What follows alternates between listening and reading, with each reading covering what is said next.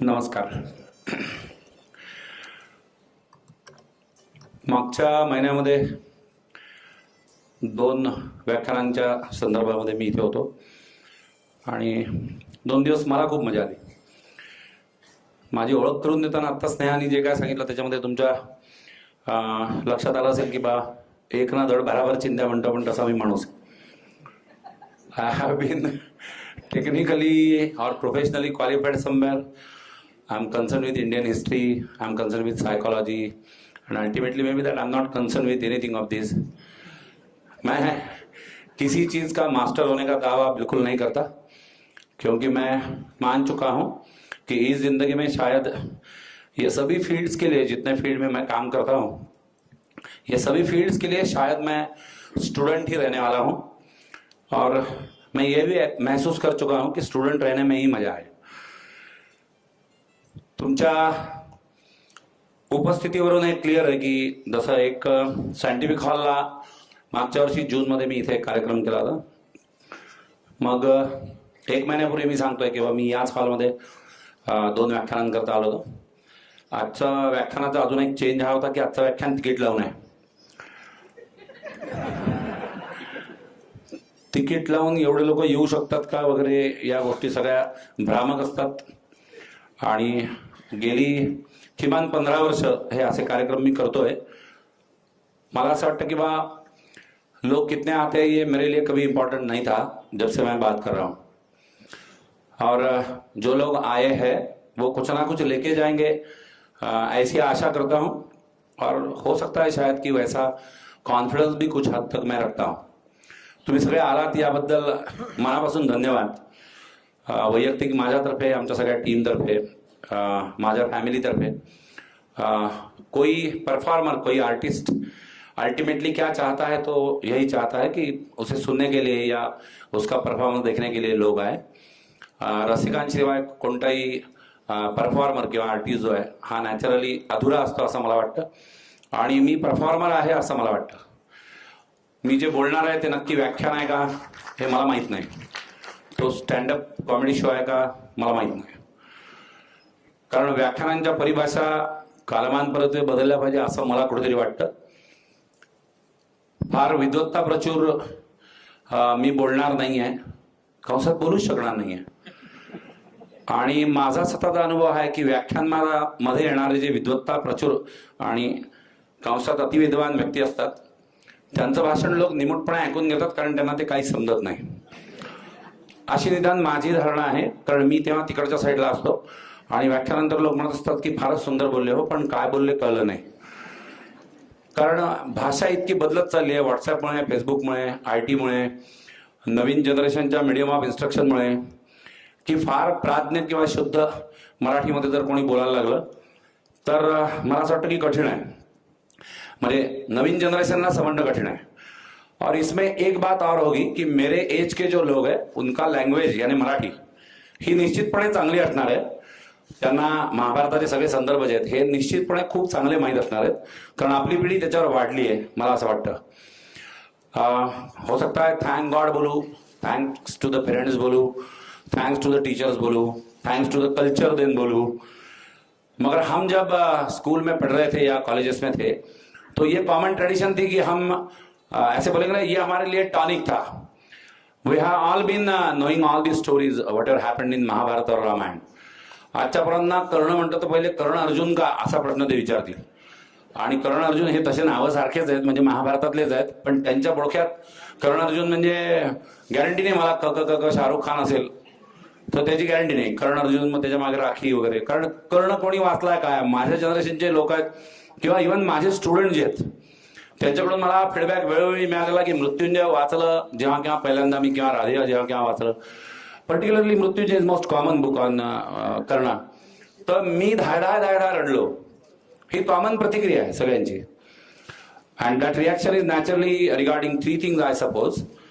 Number 1 naturally लेखक जो कोणी म्हणजे रणजित देसाई असतील किंवा शिवाजी सावंत असतील, म्हणजे मृत्युंजय किंवा राधेय, त्यांच्यातल्या लेखकाची ती मला असं वाटतं करामत होती की they made us to cry और they made us to weep. तो उन्होंने हमको रुलाया. दूसरा नॅचरली ये था की इतकं नाट्य इतकं ड्रॅमॅटायझेशन महाभारताच्या पूर्ण याच्यामध्ये ठासून ठासून भरलेलं आहे की किती वेळा शॉक लागतील आणि किती वेगवेगळे शॉक लागतील याची गॅरंटीच नाही. खरं म्हणजे भारताचा इतिहास मी बाय चान्स मलाही माहित नव्हतं हे स्टेज वगैरे असं काहीतरी मागे पिलर्स आहेत. मी मग हात लावून पाहिलं की पडणार नाही एखादा. मी हे पिलर जेव्हा पाहिले तेव्हा मला पुन्हा एकदा ते फिलिंग आलं की येस, अगर हिस्ट्री के ऊपर बोल रहा हूँ वो भी महाभारत के ऊपर बोल रहा हूँ, तर हे कुठले तरी स्तंभ आहेत, हे कुठले तरी स्तंभ आहेत जे आपल्या संस्कृतीशी आपल्या इतिहासाशी संबंधित आहेत. आणि योगायोगाने चाळ म्हणून मी ते मोजले कि 5 आहेत की 6, और ये 5 है कि 6, ये एक सेंटेंस के ऊपर से निम्मा महाभारत घडतं. मला माहित नाही यांचा उद्देश काय होता, पण यांनी ते 6 लावलेत. Thanks to the organizer for this wonderful idea, and if at all this was their thought behind the 6 pillars, so thank you very much. Mahabharat घडलं की नाही मुळात वांदेत, कारण भारताचा इतिहास मागे नेला तर अधिकृतपणे इतिहास या विषयाच्या संदर्भात मागे गेलं तर सिंधू संस्कृतीपर्यंत आपण जाऊ शकतो. म्हणजे साधारण 3500 BC पर्यंत आपण जातो. वैदिक काळ म्हणजे आर्यांचा कालखंड जो आहे तिथपर्यंत आपण जाऊ शकतो. म्हणजे त्याच्यानंतर वैदिक कालखंड, मग अलेक्झांडर वगैरे आला आणि चंद्रगुप्त मौर्याच्या वेळेला किंवा नंद डायनेस्टी वगैरे, मगध एम्पायर हे भारतातलं पहिलं साम्राज्य. तिथून भारताचा नॉन इतिहास आहे. इंडिका नावाचं पुस्तक होतं. आज इंडिका ही टाटाची एक गाडी आहे. आणि मला खात्री आहे की टाटाने इंडिका हे नाव कल्चरल आस्पेक्ट म्हणूनच दिलं असेल, कारण टाटाच्या प्रत्येक मॉडेलची पण नावं जी आहेत त्याच्यामध्ये काहीतरी कुठेतरी थॉट प्रोसेस दिसते. ती नॅनोपर्यंत लेटेस्ट आला आपण तरी दिसते. स्मॉल साईज म्हणून नॅनो टेक्नॉलॉजी 10⁻⁹ या अँगलनी टाटाने तेही नाव निवडलेलं. Indica is the first authentic book on the Indian history, की भारताचा अधिकृत इतिहास जो लिहिला गेला आहे तो नॅचरली 327 BC ला अलेक्झांडर आला आणि त्याच्याबरोबर तो मेगास्थेनिस आला आणि त्यांनी हा इंडिका लिहिला. वहां से अपना हिस्ट्री सीरियली मिलते जाता कि किस साल क्या हुआ, किस साल क्या हुआ. उसके पीछे की जो बात है वो पूरी धुंधली है. No one knows what exactly and whether it was or not. Mahabharat आणि रामायणाबाबतीत प्रश्नचिन्ह आहेत. महाभारत आणि रामायण हा आपल्या बिलीफ सिस्टीमचा इतका घट्ट आणि इतका महत्वाचा पार्ट आहे की रामायण महाभारताच्या विरोधात कोणी काय असं बोलेल तर घरावर गोटे येण्याचे चान्सेस आहेत. पण इतिहासाच्या अँगलनी जर मी बोलतो तर मला असं वाटतं की मला हे मान्य करायला लागतं किंवा ऑफिशियली स्पीकिंग UPSCचा सुद्धा म्हणजे IASचा सुद्धा इंडियन हिस्ट्रीचा सिलेबस जो आहे हा इंडस व्हॅली सिव्हिलायझेशन पासूनच सुरू होतो. आणि त्याच्यामध्ये रामायण आणि महाभारत हे 2 एपिक्स आहेत फक्त, महाकाव्य जी उत्तर वैदिक काळात लिहिली गेली म्हणजे 4थं शतक इसवी पूर्व. तो प्रॉब्लेम यही से सुरू आहे की महाभारत झालं की नाही. जर ते झालं असेल तर आज दोन्ही शक्यता ओपन आहेत. जसं सिंधू संस्कृती आपल्याला 1921 साली कळलं तोपर्यंत आपण मानत होतो की आर्यांपर्यंतच इतिहास आहे. आणि मग जेव्हा हडप्पा मोहनजोदडो सापडलं तेव्हा आपला इतिहास खळखळ 3500 वर्ष मागे गेला. उद्या अजून कोणीतरी आर्किओलॉजी किंवा पुरातत्व विभागाला एखादा सायंटिस्ट किंवा एखादा हिस्टोरियन याच्यावर काम करेल तर कदाचित शक्यता आहे की महाभारताचे पण इतिहासाच्या दृष्टीने ऑथेंटिक पुरावे मिळतील आणि आपला इतिहास अजून कदाचित 2, 4, 5,000 वर्ष मागे जाईल. आज के तारीख में दोनों बातें ओपन है कि महाभारत हुआ है 50% या नहीं हुआ है. महाभारत इतिहासाच्या दृष्टीने झालं की नाही मी म्हटलं तसं किंवा नक्की नाही. पण मग 2 पैकी एक गोष्ट नक्की आहे की महाभारत जर झालं असेल तर इतक्या वेगवेगळ्या क्वालिटीचे आणि डायव्हर्सिफाईड क्वालिटीचे हे सगळे लोक ऍट ए टाइम कसे एकत्र आले होते ही आश्चर्याची गोष्ट आहे. महाभारतामध्ये भीष्म आहे, प्रचंड तपश्चर्यान प्रतिज्ञान, ते ब्रह्मचर्याची हे भावाला शंका की बा तुझे पोरं काय गादीवर बसतील कारण तू मोठा आहे म्हणून ते करणारा भीष्म आहे. तिकडे शिखंडी पण आहे म्हणजे भीष्माच्या वधाला जो कारणीभूत झाला तो शिखंडी पण आहे. इकडे पांडव आहेत, तिकडे कौरव आहेत, तिकडे विदुर किंवा द्रोणाचार्य किंवा कृपाचार्य हे पण ते काय म्हणे असेसरियल एलिमेंट्स वगैरे जे मेंटॉरची लाईन जी आहे त्याच्यामध्ये ते पण आहेत. इकडे सगळ्यात महत्वाचं म्हणजे नॅचरली कृष्ण आहे. कौरवांच्या बाजूला इकडे जयद्रथ किंवा शल्य किंवा बाकीचे लोक आहेत, त्याच्यामध्ये कर्ण पण एक आहे. आणि हे इतके वेगवेगळे नमुने आहेत की हे प्रचंड उदात्त आहे, प्रचंड भव्य दिव्य आहे, प्रचंड तपश्चर्या करणारे आहेत, प्रचंड पॉझिटिव्हिटीनी भरलेले आहेत.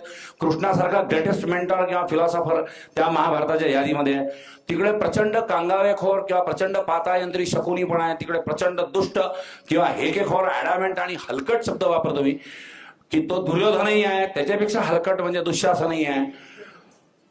आपल्या पराक्रमाने जो या सगळ्याचा हिरो अल्टिमेटली ठरला. It is very difficult to decide who is the real hero of say Mahabharat.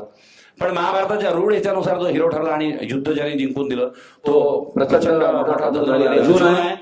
आणि नॅचरली काय त्याच्या गदेची तुलना वगैरे हिमालयाला मारली तर हिमालय फोडून टाकेल इतक्या ताकदीचा जो आहे तो भीम आहे.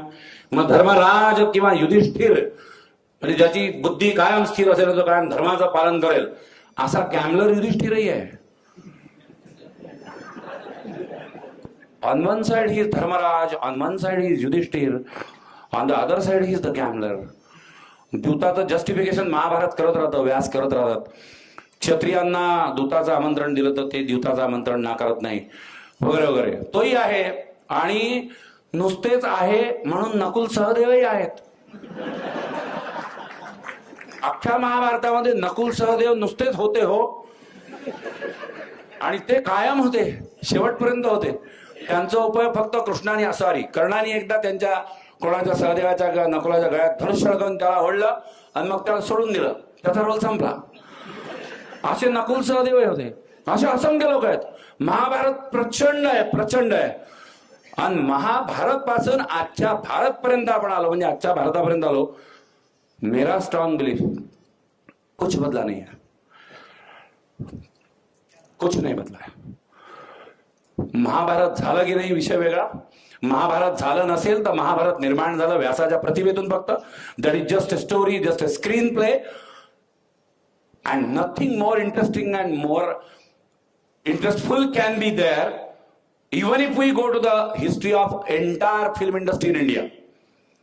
सुपर डुपर हिट आणि ज्यांनी रेकॉर्ड मोडले या सगळ्या पिक्चर्सची म्हणजे सिनेमाची किंवा कोणत्याही गाजलेल्या प्रचंड गाजलेल्या नाटकांची सुद्धा स्क्रीन प्ले जेवढी सॉलिड नव्हती तेवढी स्क्रीन प्ले महाभारताची आहे.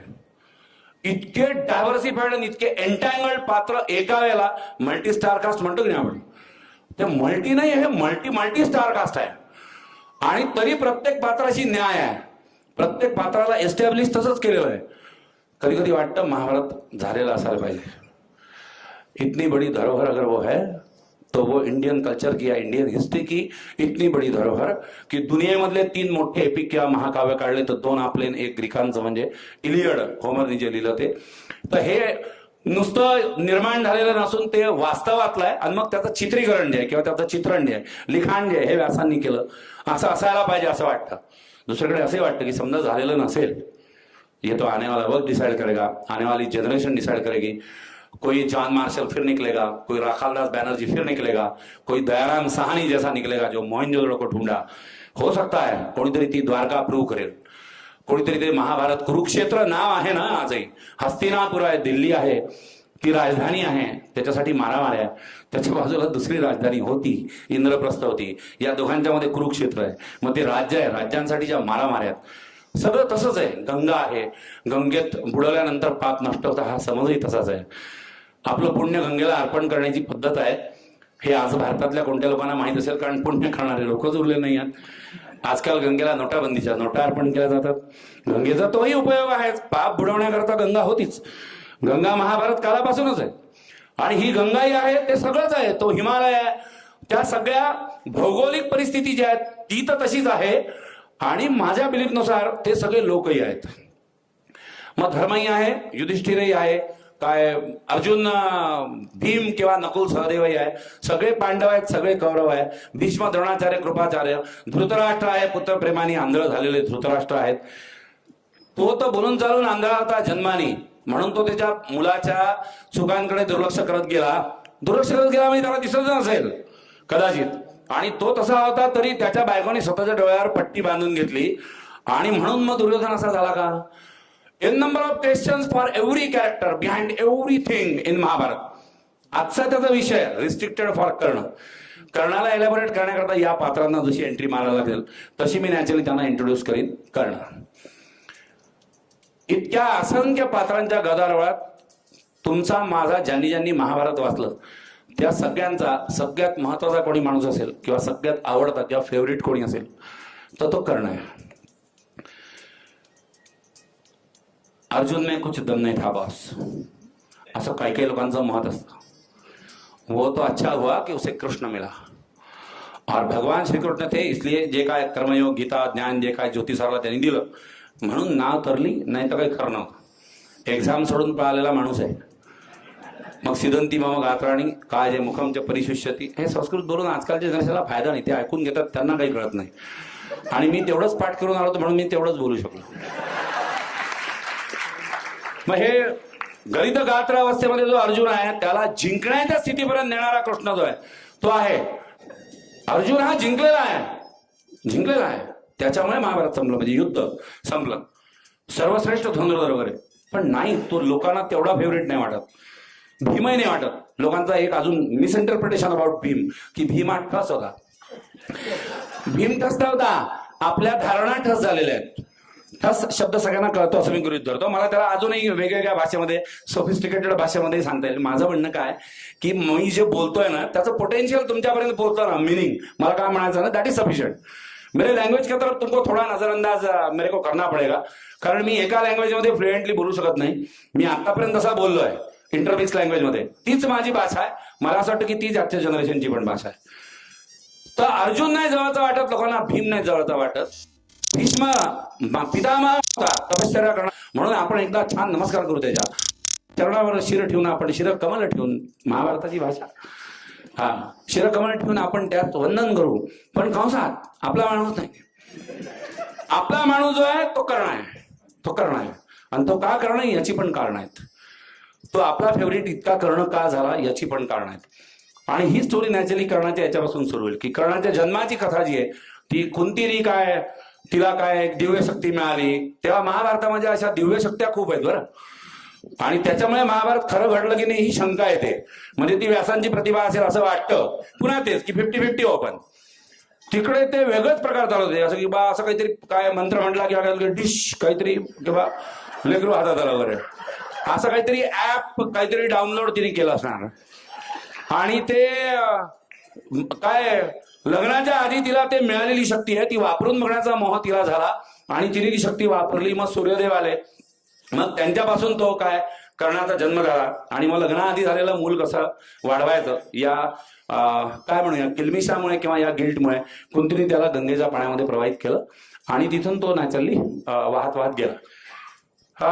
गंगेच्याच दुसऱ्या किनाऱ्यावर काही अंतरावर गंगेमध्ये असणारे अधिरथ आणि राधाई यांना नॅचरली तो सापडला. मग ते सूत म्हणजे सारथी जे आहेत त्यांच्या कौरवांच्या अधिकृत त्यांची रथशाळा होती, त्याचा इन्चार्ज म्हणजे अधिरथ.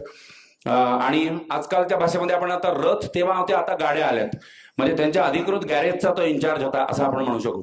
तर त्याला ते सापडतात. त्यांना पुत्र नसतो, म्हणजे मूलबाळ नसतं. तर ते प्रचंड प्रेमाने वगैरे त्याला ते वाढवतात. आणि ही कर्णजन्माची कथा आहे.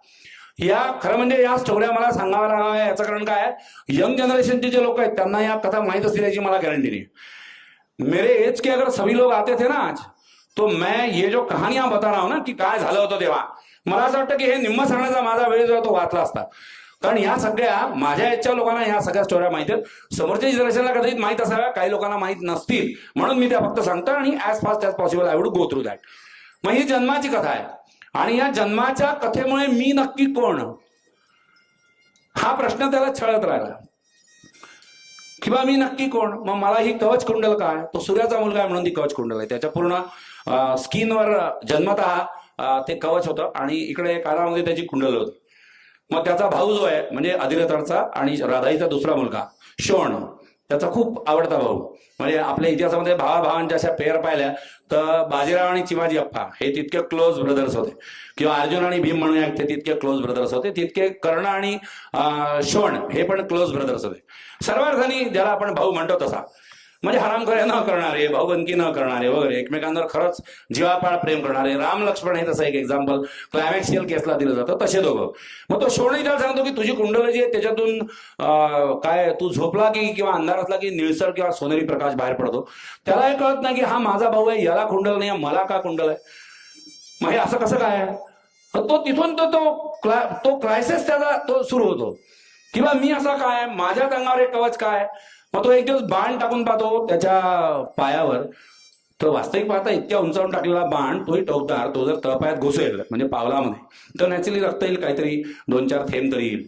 तो 3-4 वेळा तो प्रयोग करून पाहतो आणि त्याला काही होत नाही. त्याच्या हे लक्षात येतं की आपली कातडी जी आहे ती अभेद्य आहे आणि ती बाणाने तुटणारी नाहीये.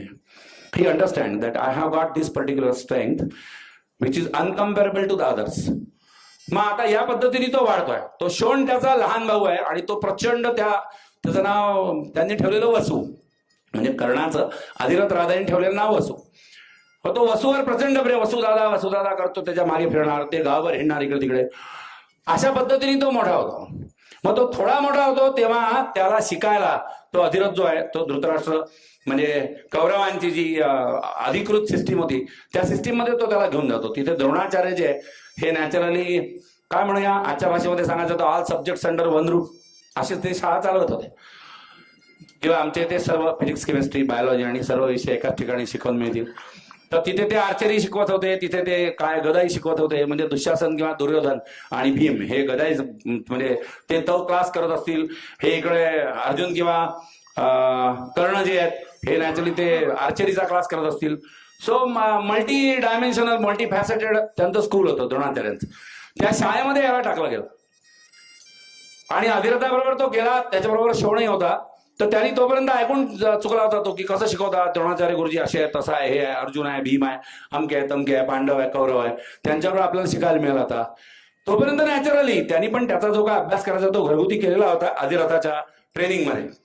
तो तिथे जातो. द्रोणाचार्यांना ते दोघं खाली डोक्यावर पाय ठेवून पायावर डोकं ठेवून नमस्कार करतात. अधिरथ त्यांची ओळख करून देतो की हा माझा मुलगा, तो त्याचा धाकटा भाऊ म्हणजे माझा धाकटा मुलगा शोण. मग ते त्याला नमस्कार करतात आणि द्रोणाचार्य तेवढ्यात अर्जुन तिकडून येतो म्हणून ते अर्जुनाशी बोलायला लागतात, त्याच्या गळ्यात हात टाकतात आणि तिकडे चालले जातात. No cognizance taken of a new student. वो सामने से आ रहा है, he already has a respect about you, वो आपके तरफ विद्या सीखने के लिए आ रहा है. तो तुम्हाला आजच्या भाषेमध्ये गुड मॉर्निंग म्हणतो. तुम्ही त्याच्याकडे न पाहता तुमचा कोणीतरी पेट IIT वाला फेवरेट स्टुडंट असेल, त्याच्या गळ्यामध्ये हात घालून तुम्ही निघून जाता. तुम्हाला हेही माहित नसतं की हा कोण स्टुडंट आहे, याचं कॅलिबर काय आहे. तुम्ही एवढ्या त्याच्यावरून फक्त हे करत असता की हा कुठून आलाय, मला माहिती आहे हा अधिरथाचा पोरगा आहे. म्हणजे okay, I can understand, okay ये तू पण ये, तू शिकला तर काही बिघडत नाही माझं, ही attitude. That was the insult number 1 for Karna. पहिला अपमान. मग त्याच्यानंतर ट्युशन चालू झाली आजच्या भाषेत. मग ट्युशन चालू झाली, हा याला आर्चरी शिकवतोय, तो हे करतोय, ते करतोय, चाललाय सगळं. मग तो म्हणतो की गुरुजी मलाही शिकवा. तर तो म्हणतो, द्रोणाचार्य म्हणतात, माझ्या तोंडून कुठे असं म्हणतो असं एकेरी आलं ना तर ते खरं म्हणजे कोणत्या तरी भावनेतून आलेलं असेल. I don't want to insult anyone, not I am that big to comment upon any one of these. ये मैं बोला ना कि ये साला इतना संस्कृति का धरोहर है, मेरी क्या औकात है कि मैं इसके बारे में कोई गलत लफ्ज बात करूं. पण माझ्या भाषेच्या स्टँडर्डमुळे काही वेळेला तसं झालं तर तेवढं चालवून गेलं. द्रोण जो आहे ते म्हणतात त्याला की सूतपुत्रांचं कॉन्सन्ट्रेशन होत नसतं. You cannot have that focus concentration जो लगेगा आर्चरी के लिए, और तेरा काम बस यही होगा की राजपुत्रांना मी जे शिकवतोय ते जे करतायत त्यांचं निरीक्षण आणि अनुकरण कर, बस त्याच्यातूनच तुला शिकता येईल. अपमान नंबर 2. महा त्या राजपुत्रांचं निरीक्षण करून करून शिकणार. बरं, याला ते डायरेक्ट काही नाही शिकवणार. द्रोणाचार्यांची शाळा ही अद्भुतच शाळा आहे. द्रोणाचार्य हे निर्व्यापणे चांगलेच टीचर असले पाहिजे, कारण त्याच्याशिवाय थोडी काही धृतराष्ट्र किंवा पंडू किंवा ओव्हरऑल कौरव पांडवांनी त्यांना राजपुत्रांना ट्रेनिंग देण्याचा काही कॉन्ट्रॅक्ट दिला आजच्या भाषेत म्हणून. आणि चांगले टीचर असतील ते, पण अपार्ट फ्रॉम टीचर में 2 बातें होती है मैं सोचता हूँ. एक, टीचर का खुद का स्किल क्या है, नॉलेज क्या है, जो पढ़ाना है वो खुद को तो आना चाहिए. दूसरा, नेचुरली पढ़ाने का डिवोशन क्या है ना. 40 मिनिटं पिरियड झाला आपला, संपलं, बाकी तुम्ही जुल्यात जा, मी चाललो. हा टीचर असू नाही शकत असं मला वाटतं. और तिसरी सबसे इम्पॉर्टंट बात, प्रत्येकाचा वेगळा दृष्टिकोन असतोच. दृष्टिकोन वेगळा असणं ही पर्सनॅलिटी असते. कोणती गोष्ट एक 10 लोकांना विद्यार्थ्यांना दाखवली तर ते काय कॉमेंट करतील हा दृष्टिकोन असेल त्यांचा, ही त्यांची पर्सनॅलिटी आहे. तो दृष्टिकोन कसा असायला पाहिजे हे त्यांना सांगणं म्हणजे शिक्षण देणं.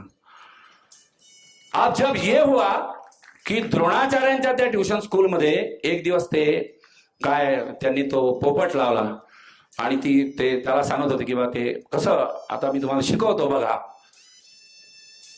कसं शिकवतो कसं बघा.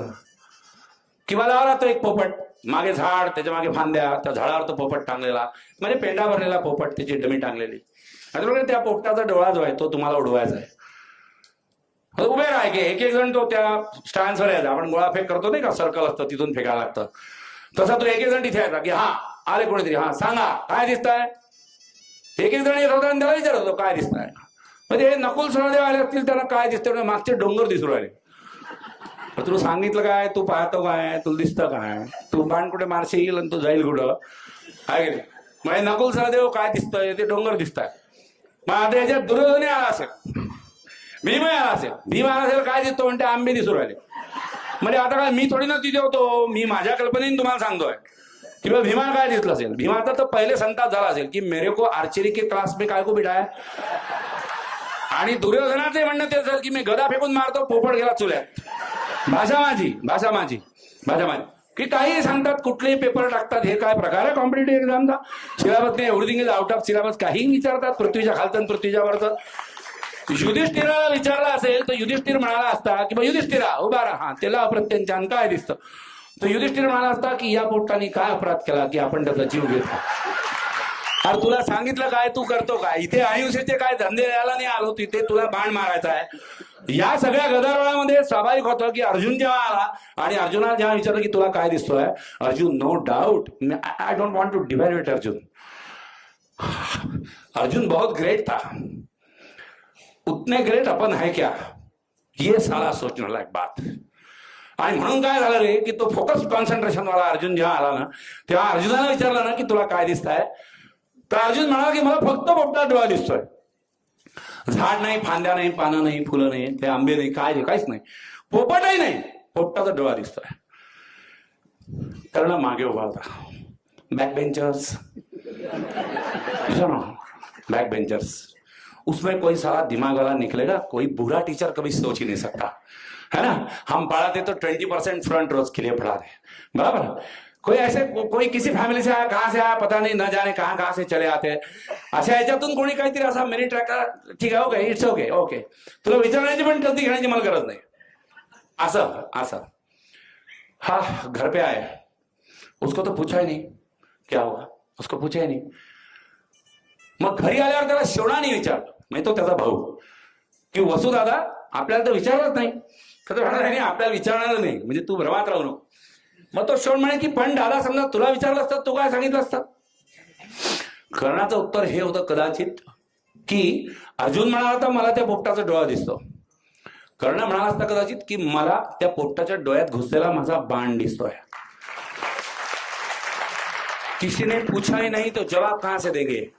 आणि हे उत्तर तेव्हा तो नाही देऊ शकला कारण तेव्हा त्याला विचारलंच नाही कोणी. हे उत्तर त्यांनी नंतर कृष्णाला दिलं जेव्हा कृष्ण त्याच्या घरी आला. Life is reciprocative. History is all in cyclic way. सगळे इव्हेंट सायक्लिक पद्धतीने पुन्हा पुन्हा पुन्हा पुन्हा होत असतात. काळ बदलतं, कालचक्र बदलतं, माणसांचे संदर्भ बदलतात, नावं बदलतात, ठिकाणं बदलतात, घटना नाही बदलत. History is all cyclic, all cyclic. त्याच गोष्टी पुन्हा पुन्हा पुन्हा पुन्हा पुन्हा पुन्हा चालल्यात. प्राचीन भारतात जे घडलं ना एक चक्र पूर्ण झालं ते पुन्हा मध्ययुगीन भारतात झालं ते पुन्हा आधुनिक भारतात चाललंय. सध्या सुद्धा वेगळं काही चालू नाही. मी सध्याच्या जगातले सुद्धा कृष्ण, कर्ण, अर्जुन, भीम, दुर्योधन, दुःशासन काढू शकतो कदाचित कदाचित. आणि ते सेलिब्रिटी वर्ल्डचे म्हणजे आज भारतामध्ये ज्या प्रसिद्ध व्यक्ती आहेत त्यांचे काढू शकतो. आणि माझ्याशी संबंधित जे माझ्या कुटुंबातले किंवा याच्यातले लोक आहेत त्यांचे कदाचित शोधू शकतो कदाचित. ही त्या महाभारताची मजा आहे. मग कृष्ण हा त्याच्या घरी आला. कृष्ण निरर्थक कुठेच जायचा नाही. Krishna was all well planned. He always had his motive but he never showed it on his face. तो कोणाशीही खोटं बोलला नाही आणि त्यांनी कोणालाही खरं कधी सांगितलं नाही. मी त्याला मॅनिप्युलेटर म्हणणार नाही, त्याला डिप्लोमॅट म्हणावं लागेल. कृष्ण हा मोठाच होता. कृष्ण आपण नाही होऊ शकत. आपण इतके असं नाही करू शकत. आपण मी मॅनिप्युलेशन म्हणत नाहीये पण आपण असं नाही वागू शकत. तो आला तिथे कसा काय, तो म्हणाला सहज आलो. बरेच दिवस झाले मला हे दर्शन घ्यायचं होतं की तू त्या गंगा नदीवर नाही ना काय कर्ण जायचा. गंगा नदीवर सकाळी सकाळी उठून जायचा तो सूर्यदर्शन करायला. त्या सूर्याविषयी त्याला प्रचंड आकर्षण वाटायचं म्हणून रोज पहाटे उठून तो त्या गंगा नदीवर जायचा सूर्यबिंबाचं दर्शन घ्यायला. आणि मग त्या सूर्याकडे पाहता पाहता तो मेन्शन करतो की माझ्यामध्ये ऊर्जेचा संचार होतो. मग तो बसायचा तिथे थोडा वेळ प्रार्थना करत, मग गंगेला काय बुडी मारायची, मग ते अर्घ्य म्हणजे दान करायचं सूर्याला आणि मग परत यायचं. तर हे तुझं रूप पाहावा म्हणून मी आलो, मी तुझ्या कवच कुंडलांची खूप कीर्ती ऐकली, असं कृष्ण म्हणतो. तो मागे येऊन उभा असतो हा जेव्हा अर्घ्य देतो. मग हा पलटतो आणि बघतो किंवा रथ कोणाचा आहे. मग त्याला कळतं की कृष्ण महाराज आले, त्याचा तो सारथी त्याला सांगतो. मग लगेच तो तातडीने तो म्हणतो की चला चला, काय मोठा दिवस आला माझ्या आयुष्यात, कृष्णासारखा माणूस आपल्या घरात आलेला आहे. तोपर्यंत तो राजा वगैरे झालेला आहे चंपानगरीचा, तो येतो, त्याला मुलगा झालेला आहे तोपर्यंत वृषसेन, वृषाली त्याची बायको कर्णाची. आणि मग कृष्ण त्या महाराज येतो, त्याच्याकडे राहतो आणि सकाळी एक दिवस उठतो, म्हणजे दुसऱ्या दिवशी पहाटे तो उठतो, तर त्याला बाहेरून काहीतरी बाहेरच्या गार्डन मध्ये म्हणजे आपल्या भाषेमध्ये उद्यानामध्ये काहीतरी त्याला गडबड चहल पहल ऐकू येते. म्हणून तो जातो की काय आहे म्हणून तुझा बाहेर ओट्यावर किंवा सदावर येऊन पाहतो, तर त्याला दिसतं की तो वृषसेन जो आहे तो काहीतरी आर्चरीचा सराव करतोय आणि कर्ण मागे उभारून त्याला शिकवतोय. मग त्याचं कुतूहल चालू होतं, तो पायऱ्या उतरून तो खाली येतो आणि तो म्हणतो की काय चाललंय, बघू मला तुमचं कौशल्य बाळा. तर तो तिथे एक बांबूचा मोर बनवलेला असतो आणि तो वृषसेन जो आहे म्हणजे कर्णाचा मुलगा, वय वर्ष 7, तो जो आहे तो ते छोटीशी प्रत्यंज त्याची छोटस धनुष्य, छोटासा बाण, त्याचा 7 वर्षाचा पोट्ट, पण पोट्ट हा सराफ करणं अँड नॅचरली टार्ड बाय करणं, ट्रेंड बाय करणं.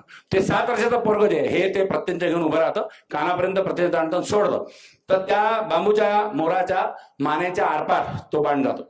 मग तो खूप खुश होतो, तो कौतुक करतो की काय सुंदर तू शिकलाय. मग तो त्याला म्हणतो की कर्ण म्हणतो की हो त्याला कोणी शिकवलं बा, कृष्ण विचारतो. तर तो म्हणतो कोणी शिकवणार, त्याला मी शिकवणार. त्याच्या नशिबी गुरुकुलात राहून शिकणं थोडं येणार. मग तो कृष्णाला ही स्टोरी सांगतो जी मी तुम्हाला मगाशी सांगितली की जब मैं वहां गया तो क्या हुआ, जब कोई मेरे को पूछता था कि तुमको क्या दिख रहा है तो मैं क्या जवाब देता. आणि हे बोलता बोलता, हे कृष्णाला सांगता सांगता तो त्या याचं धनुष्य घेतो, एक बाण जोडतो आणि तो जो बांबूचा मोर आहे त्याच्यातूनच मारतो, तर त्या मोराच्या दोन्ही डोळ्यातून तो बाण आरपार तो घालून दाखवतो. He did it, he proved it before भगवान लॉर्ड श्रीकृष्ण. कृष्णाला कळलेलं आहे, कृष्ण हा सर्वज्ञानीच आहे, तो अवतार वगैरे आहे ना, तो सर्वज्ञानी आहे, त्याला कळलंच कर्णाची योग्यता काय.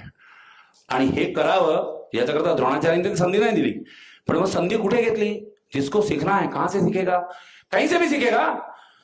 Not always the infrastructural facilities end this can be the bindings और द लिमिटेशंस ऑन यू. अंदर जलती हुई आग इच्छा अगर है सीखने की कोई बात, तो वो कोई तुमको रोक नहीं सकता. You don't need any teacher. Even then this to have proven it. एक कर्ण, दुसरा एकलव्य.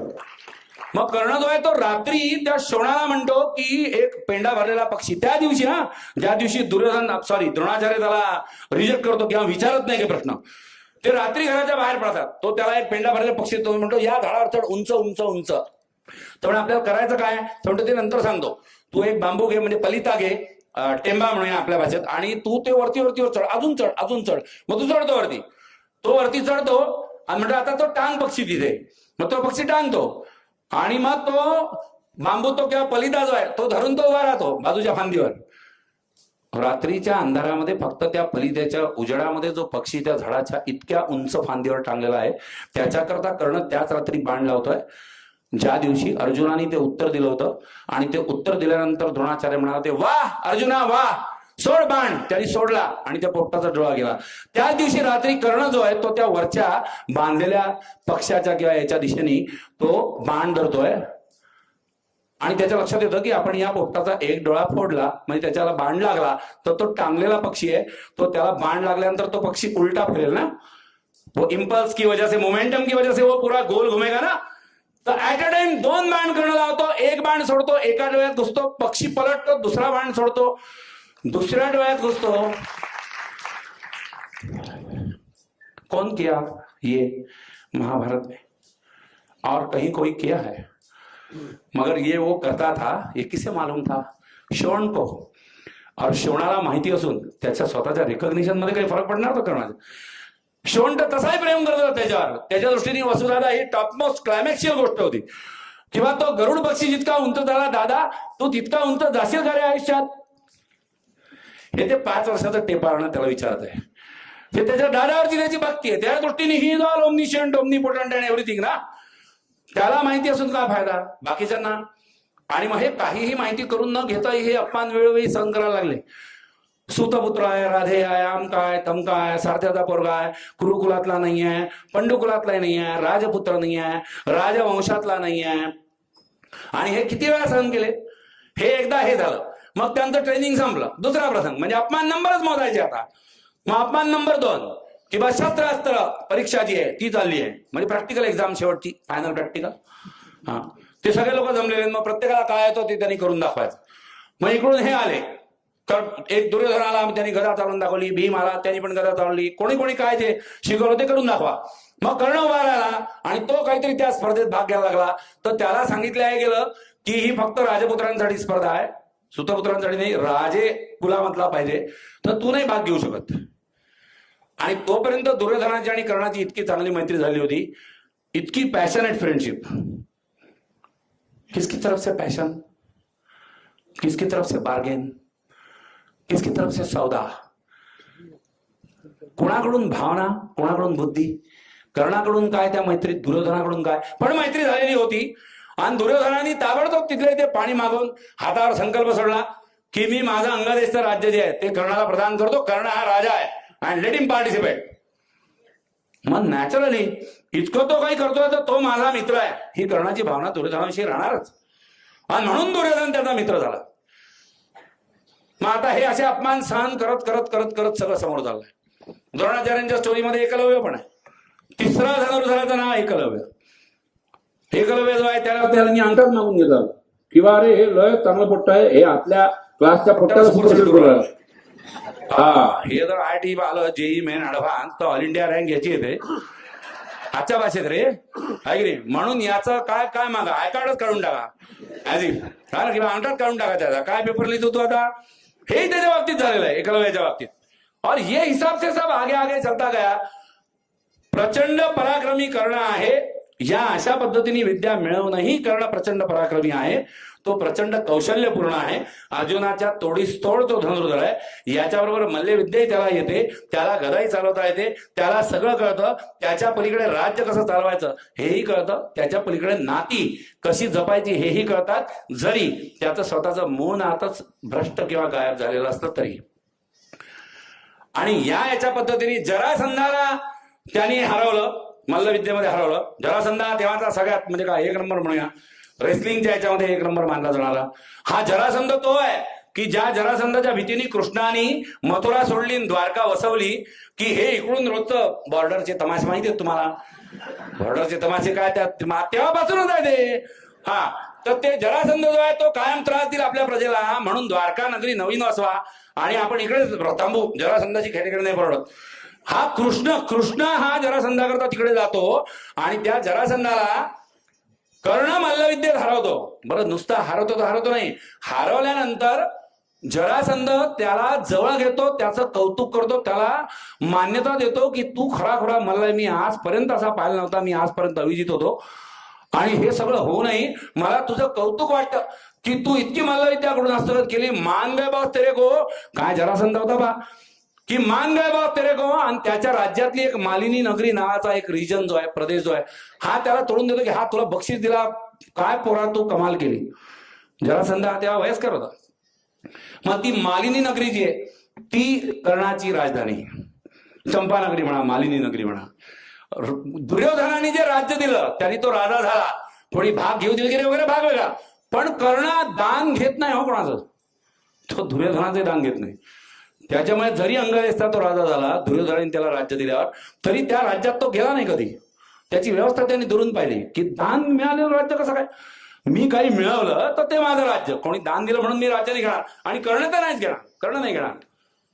मग ही मालिनी नगरी जी आहे ही त्यांनी वसवली आणि ही त्यांनी काय राजधानी म्हणून पुढे पूर्णत्वाला नेली आणि प्रचंड चांगलं राज्य चालवलं. तेच राज्य पाहायला कृष्ण आला होता. जाता जाता कृष्ण म्हणाला की अरे शक्यता असेल तर भेटू पुढच्या काय म्हणूया आपल्या भाषेमध्ये 3-4 दिवसांनी किंवा पुढच्या आठवड्यात. तुला निमंत्रण असेल ना. कुठलं निमंत्रण. तर म्हणा ते नाही का द्रुपद राजाची कन्या, तिचं स्वयंवर मांडलाय. तेव्हा स्वयंवर भरले मांडत, हा सगळ्यांचे स्वयंवरच मांडले ना, ज्याचे त्याचे स्वयंवरच होते. आणि मुख्य म्हणजे प्रश्न आधी सांगून देत हो, स्वयंवराचा पण काय हा प्रश्न आधी सांगून देत मग आता स्वयंवराचा प्रश्न आधी सांगून द्या त्यांनी की ते मत्स्ययंत्र उभारणार आहे आणि ते मत्स्ययंत्र ते उभं ते मेकॅनिकल ते असं गरगर गरगर फिरेल, त्याच्यावरती एक मासा असेल आडवा, त्याला एक डोळा नॅचरली असेल आणि खाली एक गंगा ठेवलेला असेल, त्याच्यात एक लिक्विड पाणी म्हणूया, त्याच्यात एक पाणी जे आहे ते भरून ठेवलेलं असेल आणि त्या पाण्यामध्ये बघून त्या माशाचं प्रतिबिंब जे आहे त्या फिरणाऱ्या माशाला उडवायचं. हे मत्स्ययंत्र. महापौर आहे माझी कन्या द्रौपदी याज्ञसेनी जी यज्ञातून निघाली वगैरे ते डिश ऍप्लिकेशन होतं तेव्हा. तर ती जी आहे ती अशी आहे आणि त्यानं त्या द्रौपदीचा स्वयंवर मांडलाय. मग देशोदेशीच्या राजांना काय निमंत्रण की या या या बघूया कोण इतका मोठा निघाला किंवा कोण इतका सामर्थ्यशाली आहे की जो हा पण पूर्ण करेल, असा आहे तसा आहे. दुर्योधन 0 आर्चरी सब्जेक्ट नव्हता ना आमचा. त्याच्या आम्ही काय घड्याधडी न फेकणार होतो. मग सगळ्यांना बोलवणे गेले तर कृष्णही म्हणाला की अरे तू तिथे येणार असशील ना. तर कर्ण काय म्हणतो कर्ण म्हणतो की नाही मी नाही येणार आहे, मला आहे निमंत्रण पण मी नाही येणार. तर कृष्ण म्हणतो का. तर तो म्हणतो वृषाली त्याची बाजूला उभी असते, त्याची बायको. कृष्णाला निरोप देता देताच आहे घरून तो निघत असतो त्याच्या कर्णाच्या. तर ती वृषाली बाजूला उभी आहे. तर तो म्हणतो की बा मी सध्या जे माझं आयुष्य मिळालंय मला त्याच्यात सुखी आहे, मला गरज वाटत नाही पुन्हा स्वयंवराला जाण्याची, आणखीन एक काय पत्नी करण्याची वगैरे वगैरे. मग तो वृषालीला सांगतो कृष्ण की पहा बरं लक्ष ठेव याच्यावर. नाही तर काय तो तिथे आला नाही आला त्याचे तर विचार कळले मला की तो एक वृषाली ही पत्नी म्हणून मिळाली त्याच्यातच तो तृप्त आहे किंवा त्याचं जीवन सार्थक असं तो म्हणतोय. पण हा तिथे आला तर द्रौपदी याच्या गळ्यात माना घालो त्याचे कुंडल पाहून. हे कृष्ण म्हणतो. मग होतं किंवा हा जाणार नाहीये. कृष्ण जातो दुर्योधन येतो. हे सगळे योगायोग आहेत महाभारतातले. और क्या ये सिर्फ महाभारत में होते. आपण एका वेळी कृष्णाशी बोलत असतो, तो जातो दुसऱ्या क्षणाला आपल्या घरात दुर्योधन घुसतो. तो दुर्योधन येतो तो तेच चालू करतो की स्वयंवराला तुला चालावं लागते बा. आता तो कट्टर मित्र त्याचा म्हणजे जीवलग मित्र त्याच्याकरता तो काही करणार. तुला स्वयंवराला अरे काय मला इंटरेस्ट नाही त्याच्यात काही नाही, मला माझी एक बायको आहे, I am happy with that and my family, I don't want to participate in that. मग दुर्योधनाचं इन्स्टिगेशन प्रवोकेशन काय काय शब्द वापरा सगळे वापरून घ्या. त्याला इरेला पाडणं, भरीला घालणं, चाव्या मारणं, काय उद्युक्त करणं, हा ना प्रवोक करणं, सगळे शब्द वापरून घ्यायचे की काय तू असा माझा मित्र मी म्हणतो म्हणूनही नाही. ऐसे दोस्त नहीं अपने पास आज भी है ना. आजच्या भाषेत सांगते क्या बटे दोस्त के लिए इतना भी नहीं क्या. आणि हे दोस्त असतात किंवा अरे काय फायदा तुझा कुरुकुलाचं मान खाली जाण्याची वेळ आलेली आहे. आपल्या अख्ख्या कुरु राज्यामध्ये ते मत्स्ययंत्र भेदू शकेल असा कोणी नाही आणि तो तू आहे तू नाही म्हणतो. आपली इज्जत काय राहिली. किंवा द्रुपदानी पण लावला आणि आपण तो करू नाही शकत पूर्ण. आणि हा तू करू शकतोय मला माहिती आहे. दुर्योधनाला हा विश्वास होता की कर्ण ते करेल. मित्रावरचं प्रेम म्हणा, मित्रावरचा विश्वास म्हणा. कर्णाला हे ज्ञानच होतं की तो ते करू शकेल, कारण त्यांनी तो पक्षी 2 वेळा फिरून फोडला होता, आठवतंय. त्याच्या बावजूद तो कर्ण नाही म्हणतोय. मग दुर्योधन शेवटचा पत्ता काढतो. किंवा तुला इतकं ज्ञान आहे हे आहे तू असं म्हणतो की तू सर्वश्रेष्ठ धनुर्धर आहे, अर्जुनापेक्षा श्रेष्ठ, आणि त्या ज्ञानाचा ऐन वेळेला उपयोग होणार नसेल तर काय त्या ज्ञानाची किंमत आहे. चाललो मी, चल जाऊ दे. मग ते दुर्योधनाच्या मैत्रीच्या कशामुळे म्हणा, त्या प्रेशरमुळे म्हणा, त्या भीड़ पडली म्हणून म्हणा. मग तो म्हणतो ठीक आहे तेरे लिए इतना भी तू बोल रहा है इसलिए मैं आता, आणि म्हणून मग तो निघतो. मग तो लगेच दुर्योधन त्या वृषालीला विचारतो की काका तुझी काही हरकत नाही ना. तर वृषाली म्हणते की बा नाही हे जर तिथे गेले तर ते पण निघतील हाही मला विश्वास आहे आणि त्या राजकन्याचं स्वागत करायला मी तयार आहे. हे वाचल्यानंतर बऱ्याच आजच्या लोकांना वृषाली सारख्या समजूतदार स्त्री आज का नाही असं वाटू शकतो. आणि मग हे असं आहे. मग तो ठरतं की बा जायचं आहे. मजा गेले. आणि गेल्यानंतर काय झालं.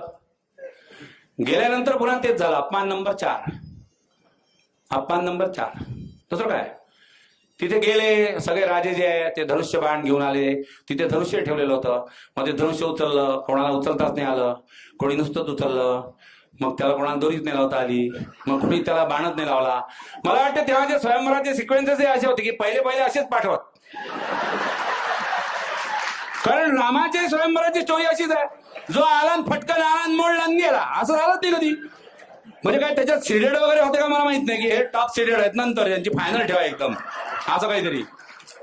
तर हे गेले, मग ते आले एक एक, मग हा गेला त्यांनी धनुष्य उतरलं, प्रत्यंचा लावली, खाली तो त्याच्या विशिष्ट मुद्रेमध्ये विरासन मुद्रेमध्ये बसला, खाली पाण्यात पाहिलं आणि तिकडून वीज कडाडली.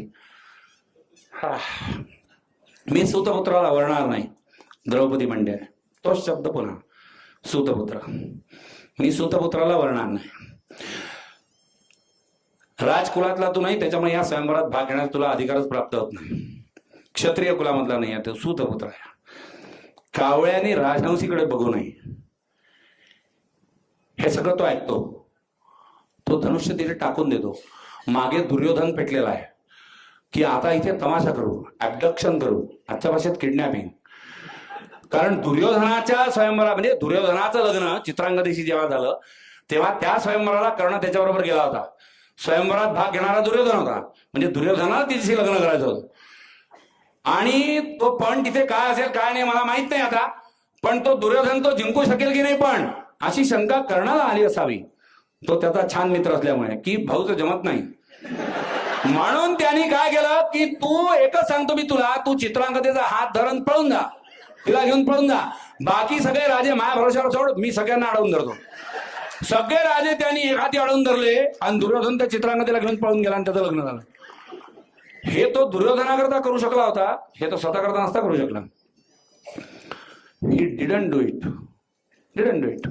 दुर्योधन त्याला पुन्हा एकदा हे करतोय की हा अपमान तू सहन कसा करतो, मी नाही सहन करणार.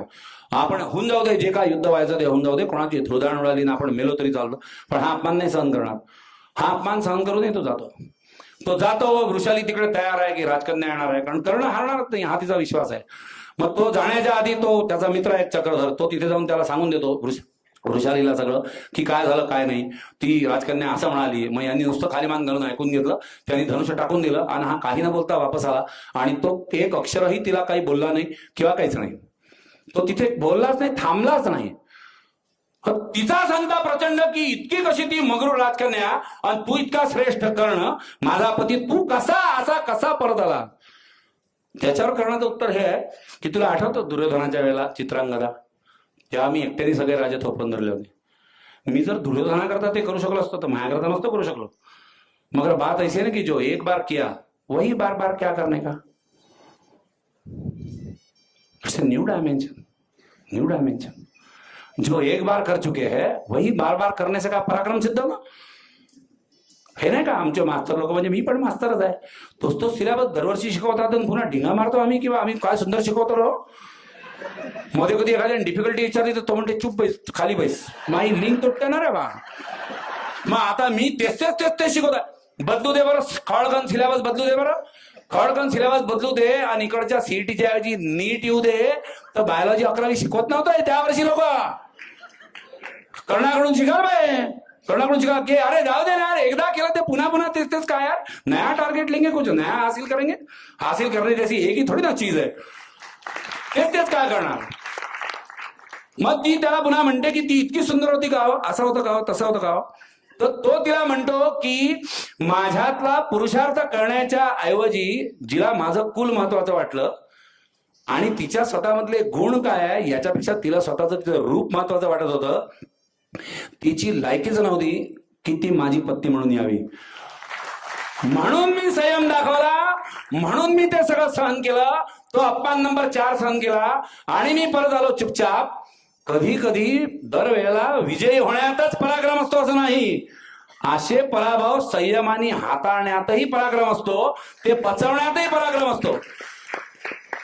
आता वृषाली तू सांग की तुझ्या बाजूला ती तुझी सवत म्हणून उभी राहिली असती, माझी पत्नी म्हणजे, तर एका म्हणजे कर्णाची एक बायको तू म्हणजे वृषाली. मी सांगितलं ना की शिवाजी आणि सईबाई हे जितकं सुंदर मॅरिटल रिलेशन आपल्या हिस्ट्रीमध्ये आहे ना, everybody would love to have that relation in his own life. आपण शिवाजीने हा भाग सोडा, आपल्याला सईबाई मिळाल्या नाही तोही भाग सोडा, काही लोकांच्या तर नशिबी फक्त सोयराबाई झाल्या हाही भाग सोडा.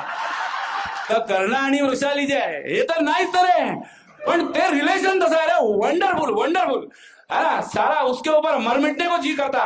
हे नवीन पोट्टे साले यंग जनरेशन तुमचे जरा अरे वाचा ते राधेन मृत्युंजय वाचा, तेवढं तरी वाचा ना. वो गेट दॅट डायमेन्शन.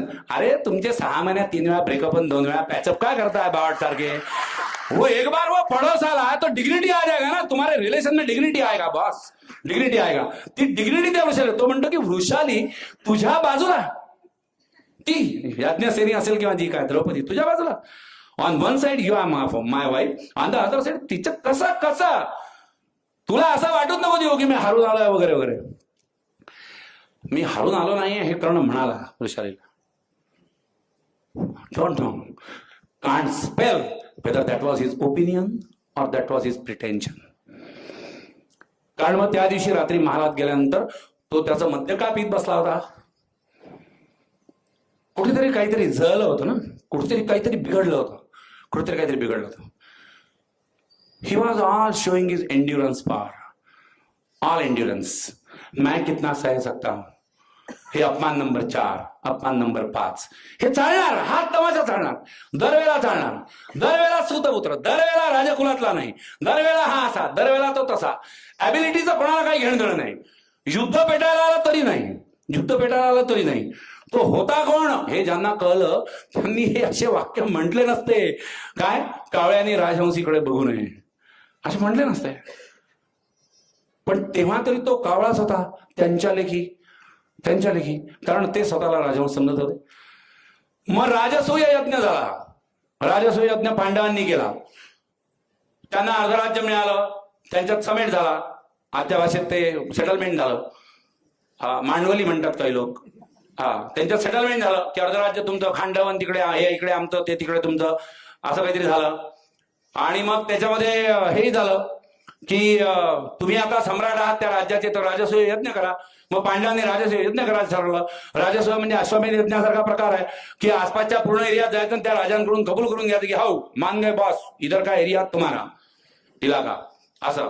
आणि मग जर मानशील तू की मी राजा आहे, सम्राट आहे या एरियाचा, तर मला देणगी स्वरूपात किंवा आजच्या भाषेत टॅक्सेशन म्हणू है ना, रॅन्सम हाही एक शब्द आहे, खंडणी किंवा कर, हे देणगी स्वरूपात किंवा कर स्वरूपात करभार जो आहे तो तू मला दे. आणि तू जर वाजला तर मग मी तुला हरवतो, हारल्यानंतर नॅचरली तू देशील असते. असा राजसूय यज्ञ केला. 5 दिशांनी 5 पांडव निघाले असे उल्लेख आहेत. अर्जुन कोणत्या दिशेला गेला याचा उल्लेख आहे.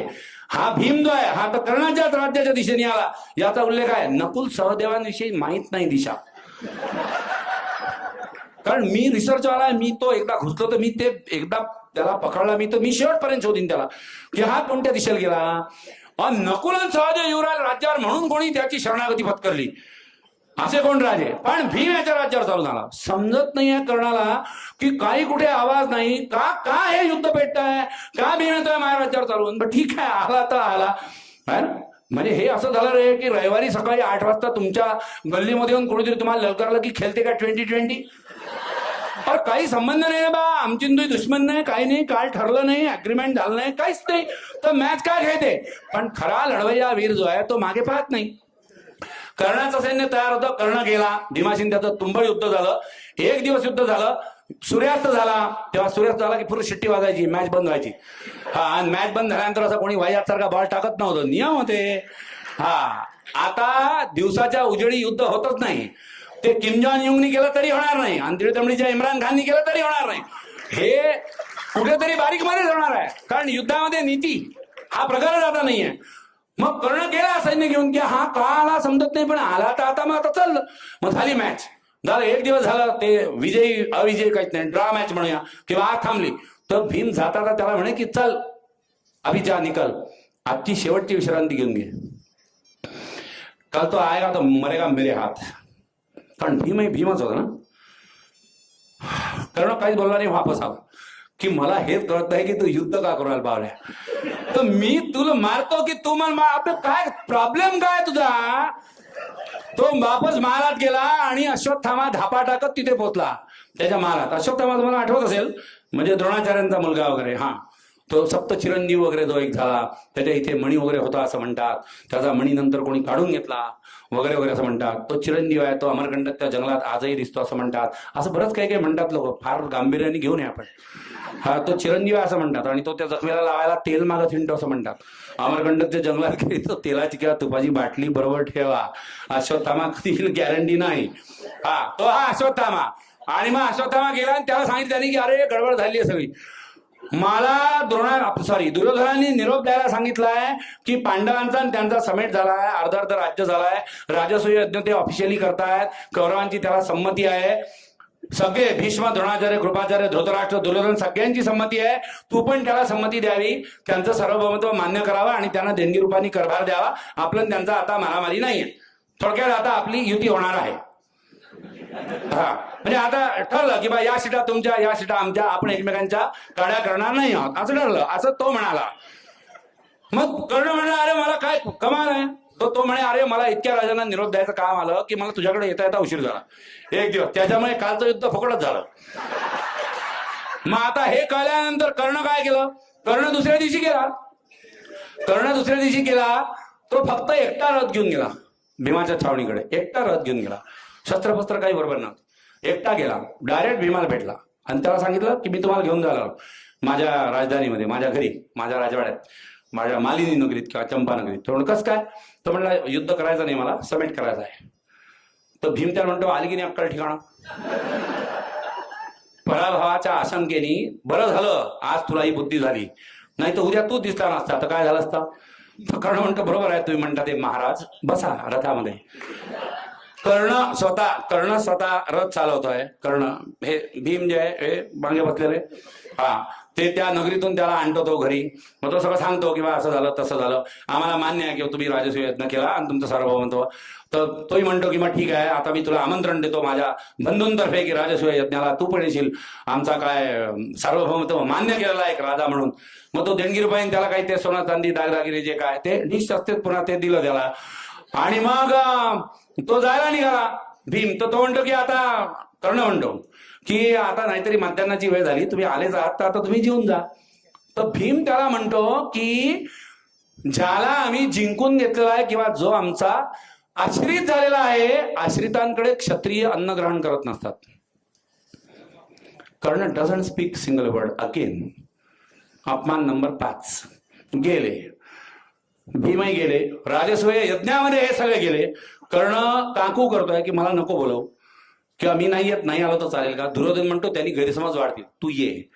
कारण तो राजसूय यज्ञ आहे आणि पांडवांना आमचं काही चांगलं नाही तुला माहिती, मलाही जायचं नाही आहे. म्हणजे दुर्योधनाची भाषा आहे की हे त्रिदंडीचे काय राजसूय यज्ञ करतात, सगळ्यात सम्राट मोठा मी. पण ते तातांना आवडणार नाही. तात म्हणजे धृतराष्ट्र, त्यांना आवडणार नाही, भीष्माचार्यांना आवडणार नाही, पितामहांना, द्रोणाचार्यांना आवडणार नाही. तर त्याच्यामुळे आपण जाऊ. मग गेले तिथे राजसूय यज्ञ झाला, सगळं छान झालं मस्त. आणि शेवटच्या दिवशी आपल्या भाषेमध्ये पंगत बसली. तर हे सगळे भारी भारी लोक ना, सगळे राजे लोक सगळे. तर ते यजमान पांडव यज्ञ त्यांनी केला म्हणून, तर त्यांना वाढायला सगळ्या दासी वगैरे जे आहेत त्यांच्याबरोबर देखरेख करायला किंवा काय म्हणूया मुख्यतः वाढायला यज्ञाचं जेवण आहे ते, म्हणून ते वाढायला स्वतः द्रौपदी ती वाढत चालली आहे त्याच्या समोरून. ती त्याच्या समोरून जात होती तेव्हा तिचा पदर ढळला. नेमकं चुकून त्यावेळेला कर्णाने वरती पाहिलं. त्याच्यावर तिने त्याला म्हटलं की दात्यांनी असं समोर उभं असताना तुझ्यासारख्या याचकांनी दात्यांकडे कधी वरती नजर करून बघायचं नसतं. तेव्हाही कर्ण काही बोलला नाही. अपमान नंबर जो काय, नंबर वाढवायचे आता फक्त. द्रौपदी निघून गेली. कृष्ण त्या पंक्तीवर लक्ष ठेवून होता. असे कृष्ण असतात प्रत्येक पंक्तीत, लक्ष ठेवून असतात सगळीकडे. ते याला वाढ मी सांगतो, बरोबर की नाही. असतात ना, त्यांच्या फिल्डिंगा वेगळ्याच असतात. ते इतके सोपे नसतात. बहुत दूर की सोचते. कोणाला वाढ त्यांना माहित असते की याला कधी आग्रह केला नाही याचा दिमाग सरकते, म्हणून ते बरोबर कृष्ण उभे असतात. ते बरोबर पंक्तीवर लक्ष ठेवतात. त्यांनी कृष्णाने बरोबर ते मार्क केलं. तो द्रौपदीच्या मागे मागे गेला आतल्या दालनामध्ये आणि त्यांनी थांबवलं द्रौपदीला. द्रौपदी तशी त्याची बहीण, तिचं दुसरं नावही कृष्ण आहे असंच संबोधन तिचं आहे. की त्यांनी तिच्या दंडाला धरलं. तो त्यांनी तिला विचारलं की तुला काय करायचं त्याचा अपमान करायचे, सगळं मिटलंय, राजसूय यज्ञ झालाय, तुम्ही सम्राट झाले, काय झालाय काय नाही काय ते. तर ती तेच पुन्हा की त्यांनी वरती का पाहिलं. त्याच्यावर कृष्ण इतका सरळ होता की त्यांनी तिला सांगितलं ते त्यांनी नाही पाहिलं, तुझा पदर ढाळला ही तुझी चूक होती. त्यावेळेला त्यांनी वरती पाहिला हा योगायोग होता आणि त्यांनी वासनेच्या नजरेने तुझ्याकडे नव्हतं पाहिलं. त्याच्या पलीकडे एक टोला अजून कृष्ण मारतो की हे जे तू इतकं होऊनही तूच त्याला अपमानास्पद बोलली, याचं कारण द्रौपदी मला माहिती आहे, तो तुला नवरा म्हणून मिळावा किंवा पती म्हणून लाभावा ही तुझी इच्छा होती, ही तू कबूल का नाही करून टाकत? तो सूतपुत्र होता म्हणून तू त्याला झिडकारला तिथे, कारण हो तसा पब्लिक का मामला था ना, तिथं लोकांसमोर सगळं चालू होतं ना. हा आजच्यासारखे रजिस्टर्ड मॅरेजेस तेव्हा होत नव्हते किंवा होत असतील, काही काही लोकांनी केले तसे, पण तेवढं धाडत नसेल Draupadi, whatever the things. का आता तू त्याचा अपमान का? हे सगळे अपमान पचवत पचवत करणं जो आहे तो जगत राहिला. तो राजा म्हणून जगला, तो चंपानगरीचा राजा होता, तो महादानी म्हणून प्रसिद्ध होता. रोज सकाळी ते सूर्याला अर्घ्य दिल्यानंतर तो तसाच उभारायचा आणि विचारायचा की आहे कोणी याचक आज? मग मागून आवाज येईल की हो आहे महाराज. मग तो सांगायचा की बा काय पाहिजे बोल, आणि मग तो जे काय म्हणेल ते तो त्याला द्यायचा. बऱ्याच वेळेला असं व्हायचं की हा विचारायचा आहे कोणी याचक आज, आणि याचक नसायचा. कृष्णाने हे त्याला म्हटलं होतं की तुझं राज्य किती छोटं माझं किती मोठं हे नाही महत्वाचं, राज्याची लायकी ही राज्याच्या विस्तारावरून आणि याच्यावरून नाही ठरत, ती ठरते राज्यकर्त्याच्या गुणांवरून आणि प्रजेच्या समृद्धीवरून. प्रजेच्या समृद्धीवरून म्हणजे आजच्या भाषेत सांगायचं तर कर्नाटक राज्यामध्ये खरंच अच्छे दिन आहेत हे. हा ते अच्छे दिन आहेत हे की तुला काय पाहिजे सांग, आहे कोणी याचक, आणि मागे याचक सापडत नाही हो, इतकं चांगलं राज्य. आता जर सरकारने विचारलं, सरकारने विचारायची गरजच नाही, ते विचारायच्या आधीच लोक हमारी मांगे पुरी करो भाजी करो, असं म्हणजे इतकं तो राज्य चांगलं चालवत होता. आणि हे सगळं होऊनही एकीकडे हा अपमान, हे शल्य जे आहे हे तो सहन करत गेला. महाभारताचं युद्ध का झालं हे खरं म्हणजे किती असंख्य कारण असतील, पण खरं कारण एकच होतं, दुर्योधनाची ॲडामन्सी, दुर्योधनाचं या पांडवांना पाण्यात पाहणं की तुम्हाला एक फडकुची जमीन देत नाही, आजच्या भाषेत एक गुंठाही देत नाही. तो तर सुईच्या अग्रावर मावेल एवढी वगैरे असं काहीतरी बोलला होता, किंवा इतकी जमीन देत नाही, आणि यांना डुबवतोच पूर्ण. आणि यांना डुबवतो म्हणजे यांना असा डुबवू नाही शकत मी. त्याच्यामुळे मग डुबायचं काय, तर त्याला सापडला शकुनी. शकुनी सापडला. शकुनी वॉज ट्रेन गॅमलर, कॅसिनो चालवत होतो. त्याच्यामुळे त्यांनी त्याला फक्त सांगितलं की तू त्याला फक्त इकडे आण, या टेबलवर आण त्या तू युधिष्ठिरा. तो या टेबलवर बसला, मी करतो लंबा आपल्या भाषेत. आणि त्यांनी तसंच केलं.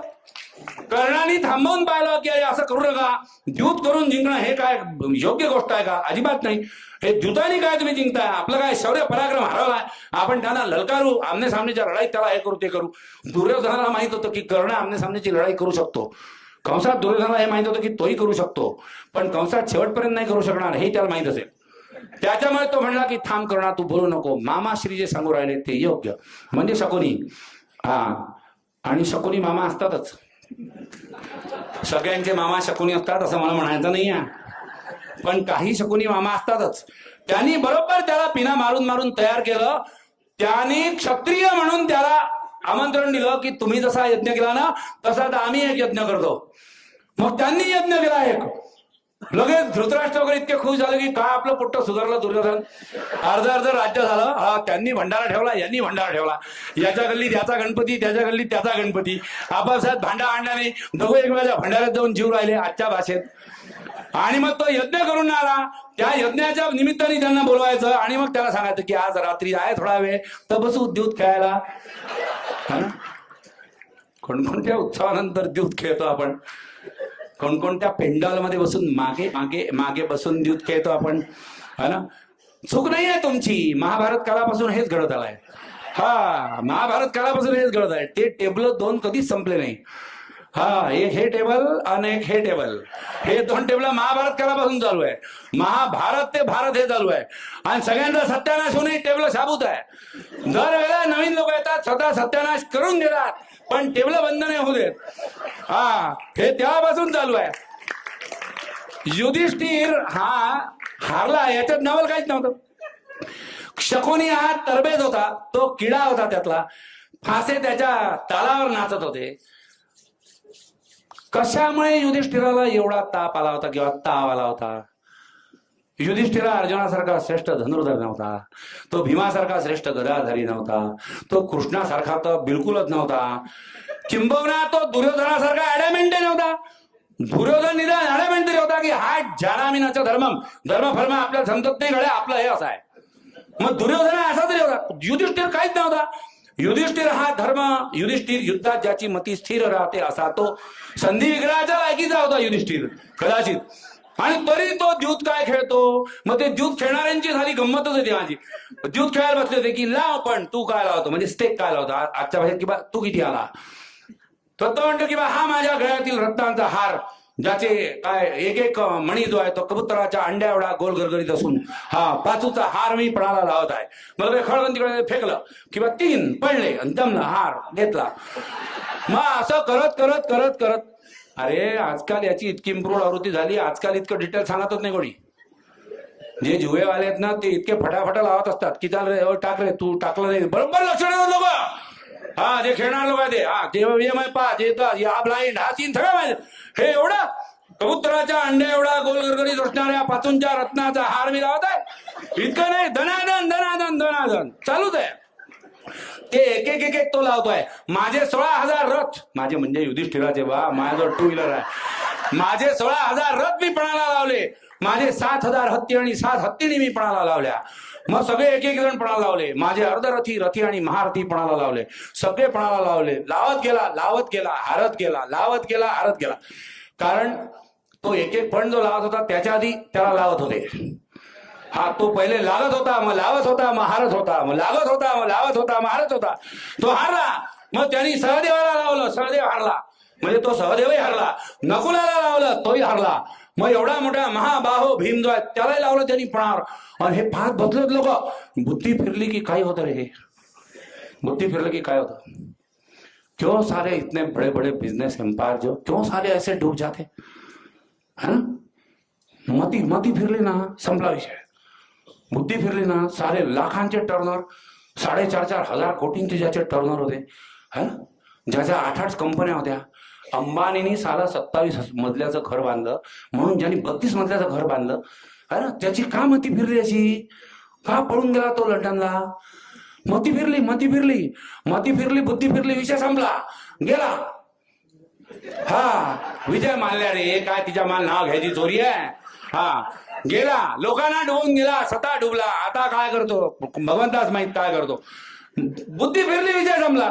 युधिष्ठिर लावत गेला, अर्जुनाला लावलं, हारला.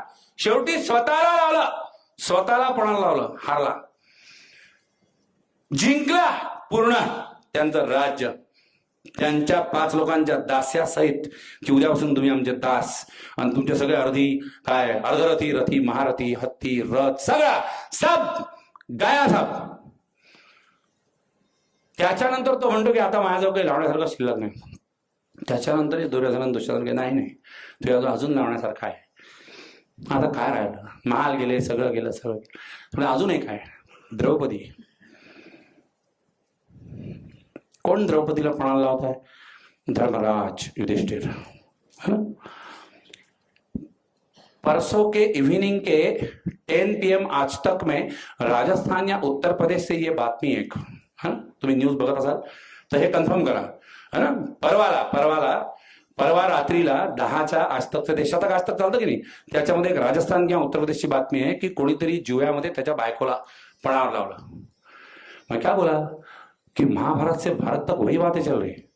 There's also reciprocity in a cyclic way. Nothing different is happening still even if we are talking about 21st century and whatever. कारण त्या प्रवृत्ती आहेत ना, त्या ॲटिट्यूड्स, ते लोक वेगळ्या फॉर्ममध्ये, वेगळ्या परिस्थितीमध्ये, वेगळ्या रिजनमध्ये, वेगळ्या नावांनी तो त्या द्रौपदीला पणाला लावतोय. पणाला लावला, हारला. तो शकुनी त्या दिवशी तो फारच चांगल्या फॉर्ममध्ये होता. त्यांनी लगेच ते टाकलं, पुन्हा गेली. द्रौपदी पण गेली. द्रौपदी गेली, ती आमची दासी झाली, तिला ओढून आणा. मग तो एक जण गेला, कोणी विकर्ण, तो म्हणलं किंवा ती येत नाही, ती काय रजस्वाला वगैरे वगैरे, त्या सगळ्या स्टोऱ्या तुम्हाला माहिती आहे.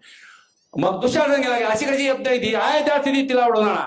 मग ती म्हणते की धर्मराजाने निरोप पाठवायला की मी अशा परिस्थितीत राजसभेत येऊ का. धर्मराज हारलेला आहे, पराभूताला व्हॉइस नसतो. You don't have got any choice when you are now defeated. Illegal activity चाली, लीगल केली, त्याच्यात तू हारला ना तरी तू बरबादच होणार ना. तू द्युतात हरला का कशा जुव्यात हरला? तू जुवा खेळला ही तुझी चूक. जुवा खेळल्यानंतर तू हारला तर तू हारला म्हणजे आता ते लिगलच आहे. मग धर्माला निरोप पाठवतो की हो मीच निरोप पाठवतो की बा तू ये. काय चाललंय काय चाललंय? आणि हा तमाशा पाहायला ते भीष्म, द्रोणाचार्य, कृपाचार्य, विदुर आहे ना, धृतराष्ट्र भले आंधळा, ते सगळे बसलेले. मग त्या दुःशासन जाऊन तिला ओढत आणतो आणि मग ते चालला त्यांचा तमाशा पुन्हा की ही काय, ही आपली दासी आहे, असं करा तसं करा. आणि कर्ण चुकून बोलून जातो रे, किंवा काही हिची गया किंवा हिची दया येण्याची काही गरज नाहीये, ही आता कौरवांची दासीच आहे.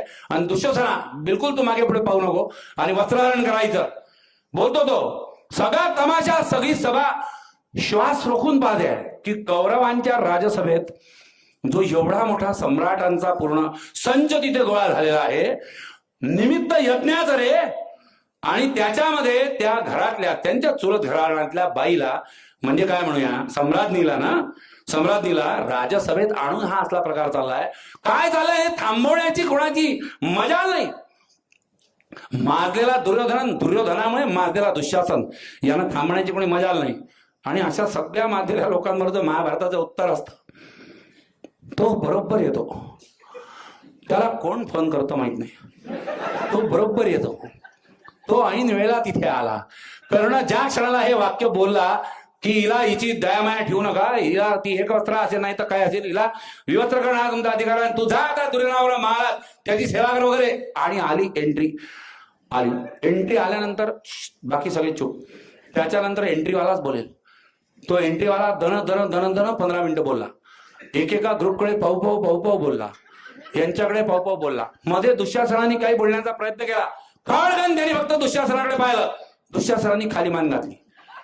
त्याच्यासमोर कोणी काही बोलण्यासारखं नव्हतंच. तो सगळं हे बोलला आणि तिला घेऊन निघून गेला.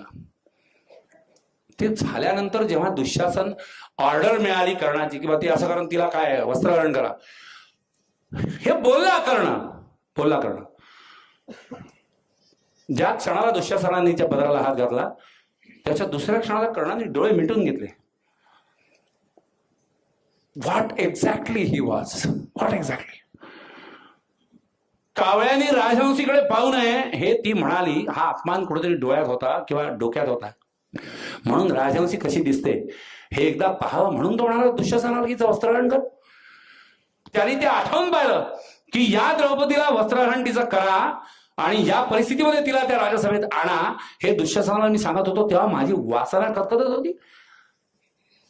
त्याला उत्तर मिळालं की नाही. मग ती वासना नव्हती, ती राजहंसी कशी दिसते ते एकदा पाहावं हे नव्हतं. कारण ते सुरू झालं तेव्हा त्याने डोळे मिटून घेतले. Karna was shocked that why I said it, why. आणि ही सगळी कर्णांच्या कॅरेक्टरची किंवा कर्णांच्या बायोग्राफीची, तेव्हाचेही कर्ण आताचेही कर्ण ही शोकांतिकाच आहे रे. That they are trapped in the guilt, they are trapped in the guilt. एक गिल्ट, माझ्या जन्माचा मी कोण कुठला, त्याचं शल्य कोणीतरी जेव्हा जखम माझी उकरून काढेल, किंवा तू सुतपुत्र किंवा काय तू कावळा मी राजहंसी वगैरे वगैरे, ते अपमान जो आहे तो सहन न झाल्यामुळे डोकं भडकलं. आणि त्या भडकलेल्या डोक्याने कोणतं अविचाराचं कृत्य एखादं असं घडलं तर ते अविचाराचं कृत्य घडवण्या इतका तो दुर्योधना इतका निर्लज्ज नाही आहे. तो इतका निर्मळ आहे की आपण असं बोललोच कसं हे घरी येऊन तो वृषाली समोर बोलला, त्याच्या पत्नी समोर, की मी असं कसं बोलू शकलो, I am just puzzled, I am not like this, how could I speak like. तो वृषालीला म्हणाला की जा असेल नसेल ते जेवढं असेल तेवढं मध्य घेऊन ये, मी हे आज सहनच नाही करू शकत, मी असं बोललो कसं. मग त्या अविचारामधून घडून आलेलं हे कृत्य आणि त्या कृत्याचा मग पुन्हा एक गिल्ट. एक गिल्ट के लिए गिल्ट्स के विशियस सर्कल में अटकते जाते कर्ण बार बार. आणि हे कर्ण मग दुर्योधन शोधतात. When I don't get Dronacharya to support me, when I don't get even Lord Krishna in my side or on my side, when I'm not the part and parcel of Pandavas so called, those are known for the ethical and the good way of living, मला कोणी उरत नाही. म्हणून मग मी द्रोणाचार्य किंवा हे भीष्म हे न मिळाल्यामुळे, कृष्ण विदुर हे न मिळाल्यामुळे मी दुर्योधनाच्या प्रेमात पडतो, मैत्रीत पडतो, काय पडतो. आणि त्याच्या मैत्रीत पडतो मी त्याच्या मैत्रीत पडतो म्हणण्यापेक्षा दुर्योधन कर्णांना शोधतच असतात रे. कारण दुर्योधनांची लायकी ना राज्य करण्याची ना नाती निभावण्याची. दुर्योधनांना हे माहीत असतं की आपल्या अख्ख्या 100 कौरवांमध्ये भीम अर्जुनाच्या समोर टिकणारा आणि त्यांना हरवणारा कोणी नाही आहे. ते काम करू शकेल फक्त हा. मग असे श्रूड दुर्योधन कर्णांना धरणार नाहीत, त्यांना अंगदेश देणार नाहीत, त्यांच्या कोट्यातल्या 2 सीटा त्या देणार नाहीत, त्यांना तात्पुरता राजा करणार नाहीत आणि हे केल्यानंतर कर्णाला वापरून घेणार नाहीत. आणि कर्ण परिस्थितीने जो एवढा ट्रॅप झालेला हा वापरू देईल स्वतःला, वापरू देईल स्वतःला. कारण दुसऱ्या कोणाला तो वापरायचाही नाहीये, दुसऱ्या कोणाला तो वापरायचा नाहीये, दुसऱ्या कोणाला तो मान्यच नाहीये, दुसऱ्या कोणाला त्याचे आयडेंटिटी सुद्धा नकोय, त्याची अप्रिसिएशनही नको आहे, त्याची साथही नको आहे आणि कंसात त्याची दुश्मनी नको आहे. मग हा दुर्योधन जो आहे हा असा कर्णाला सापडणार. आणि दुर्योधन कसाही असला तरी कर्ण ती मैत्री जी ती प्राणपणाने निभवत राहणार. युद्ध पेटलं, विचित्र युद्ध आहे, 18 दिवसाचं युद्ध आहे. पहिले 10 दिवस भीष्म आहे, हे झालं 50 ओव्हरची मॅच. 30 ओव्हर एकटाच खेळला, एकटाच खेळला 30 ओव्हर. तो हारतही नाही जिंकतही नाही, रोज काही काही धनान बाण मारतो, असं करतो तसं करतो आणि कंडिशन टाकतो की मी असेपर्यंत कर्ण येणार नाही समोर. I don't want that fellow when I am chosen as captain. वो 12 में नहीं यानी 11 में प्लेइंग 11 में नहीं होगा, 12th मॅन होगा. हा हे चाललंय, इकडे पण चाललंय, असं क्रिकेटमध्ये सगळीकडे चाललंय. मग भीष्म पितामह 10 दिवस काहीच होत नाही, इकडे कोणी जिंकत नाही, तिकडे कोणी हारत नाही. भीष्म मरणं शक्य नाही, भीष्माचा कोणी पराभव करणं शक्य नाही. सगळ्यांचा बाप नाही रे, बापाचा बाप आहे तो पितामह ना. मग अर्जुन काय करणार त्यासमोर? काहीच नाही. आले, एंट्री आली, हा की हा असा नाही मरत, याला LBW करावा लागतो, हा याला शिखंडी समोर आणावं लागतं. शिखंडीच्या मागे अर्जुन राहतो, समोर शिखंडी काय हातवारे करतो, मागून अर्जुन काय करू लागला. शिखंडी समोर तो लढत नाही, तो भीष्म आहे. त्याच्यामुळे या दगाबाजीने तो भीष्म जो आहे त्याचा काटा काढला. कर्णाला हे कळतं की भीष्म पितामह पडले. भीष्म पितामह एवढे मोठे, पण दुर्योधनाला त्या गंधर्वांनी पकडून मारलं, जंगलामध्ये पकडलं. तेव्हा भीष्म सुद्धा कर्णाला हे म्हणाला होता की जे झालं त्याला दुर्योधन जबाबदार नाही, हा सूतपुत्र राधेय त्याला जबाबदार आहे. आणि तरीही भीष्म किती श्रेष्ठ होता, किती ग्रेट होता हे कर्णाला माहित होतं. म्हणून तो पडल्यानंतर कर्ण त्याला भेटायला जातो. ते नवीनच अध्याय आहे की तो मेला म्हणजे काय म्हणूया, मृत्यू शय्येवर पडला. आणि तेव्हा उत्तरायण सुरू व्हायचं होतं, तेव्हाचे कन्सेप्ट होते 22 डिसेंबर, समर सोल्स्टाईस, विंटर सोल्स्टाईस आणि ऑल दॅट. किंवा ते सुरू झालं, संक्रमण म्हणतो ना आपण, त्याच्याशिवाय मी म्हणणार नाही तोपर्यंत त्यांनी प्राण रोखून ठेवले होते वगैरे वगैरे. मग व्हेंटिलेटरवर लावलं होतं आजच्या भाषेत. हा किंवा मी तोपर्यंत तसा राहणार. तर हा गेला त्याला भेटायला, त्याचे पाय त्यांनी धरले, तो मरणशय्येवर पडलेला, त्यांनी त्याचे पाय धरले. अर्जुनही भेटायला गेला त्याला, तेव्हा कृष्णही गेला भीष्माला भेटायला, दुर्योधनही गेला. त्यांनी सगळ्यांना समजवलं. दुर्योधनाने सांगितलं की तू अजूनही बंद करा तमाशा, युद्ध बिद्ध, मी लढलो कर्तव्य म्हणून, कुरुकुलाची निष्ठा, इतके वर्ष मी तुमच्या बाजूने राहिलो, मला पांडव किती प्रिय असले, मी कसा जाणार त्यांच्या बाजूनी. बाहुबली मधला कटाप्पा, हा की राजनिष्ठा ना, मी राज्याचा सेवक आहे, how can I join the other wing or opposite party, म्हणून मी लढलो. पण आता मी मरतोय ना, आता तर सुधर. नाही सुधारला दुर्योधन. अर्जुनही गेला, कृष्णही गेला, कर्णही गेला. कर्णाने त्याचे पाय धरले आणि अचानक त्याच्या डोळ्यातून पाणी ओघळायला. ते पाणी ओघळत आहे, ते त्याच्या पावलावर टपकतंय भीष्माच्या. म्हणून भीष्म त्याला विचारतो, कोण? अर्जुन. आपले पावलं धरून त्याच्यावर अश्रू कोण ढाळू शकतं, याची इमेज भीष्माची ती होती, कोण? अर्जुन. मग म्हणतो की नाही पितामह, मी राधेय. मग भीष्म डोळे उघडून पाहतो आणि त्याला जवळ बोलवतो. तो त्याच्या पायांपाशी जवळ बोलवतो की इकडे आलास, बरं झालं, तू आलेला बघून मला आनंद झाला. माझ्या तोंडाच्या जवळ तुझा कान आण, मला तुला काहीतरी सांगायचं आहे. किंवा बरं झालं तू आला, तू श्रेष्ठ आहेस, तू खूप मोठा आहे, तू चांगला राजा आहे, तू सगळं आहे. पण मी तुला उद्धट समजत आलो कारण तू नेहमी उद्धटांच्या घराण्यात होतास. Man is known by the company he keeps, या वाक्याची इंडियन कल्चर मधली ही सुरुवात आहे की तू जिनके साथ में रहा जाएगा रहेगा उसके ऊपर से ही तेरी पहचान होगी. तू दुर्योधन दुःशासनांबरोबरच असतो, तर मी तुला उद्धटच समजणार आहे. आणि तरी मला माहित आहे की तू तसा नाहीये. मी अजून एक तुला रहस्यभेद करतो की तू ऐक माझं, या युद्धाच्या फंदात पडू नको. तू राधेय समजतोय स्वतःला, लोक सूतपुत्र म्हणून हिणवत आले, प्रसंगी त्याच्यात मीही असीन, पण तुला हे माहित आहे की तू राधिया नाही आहे, तू कौंतेय आहे, तू कुंतीचा मुलगा आहे. भीष्माला असं वाटलं असेल की किती इम्पॉर्टंट सस्पेन्स किंवा सिक्रेट मी याला सांगतोय आणि याचा कर्णावर काय परिणाम होईल सुंदर छान. त्याच्यावर कर्णाने त्याला शांतपणे सांगितलं की मला हे माहित आहे. मग तो म्हणा तुला कोणी सांगितलं हे? तो म्हणाला मला आतापर्यंत तुला सांगण्याची वेळच नव्हती, तुला कृष्णाने हे आधीच सांगायला पाहिजे होतं खरं म्हणजे. त्याच्यावर तो म्हणतो की हो मला कृष्णानेच आधीच सांगितलं आहे. आणि कृष्ण त्याला भेटायला गेले की युद्ध सुरू होत आहे, कर्ण बेकार आहे. हा तो कदाचित अर्जुनाने मारू शकतो आणि काय करू शकतो, कारण अर्जुन कसा होता हे कृष्णाशिवाय चांगला कोणालाच कळलं नव्हतं. अरे त्यांनी उभा केला होता त्याला बाबा की हो दादा लढजो, पॅड मी बांधून देतो जाजो.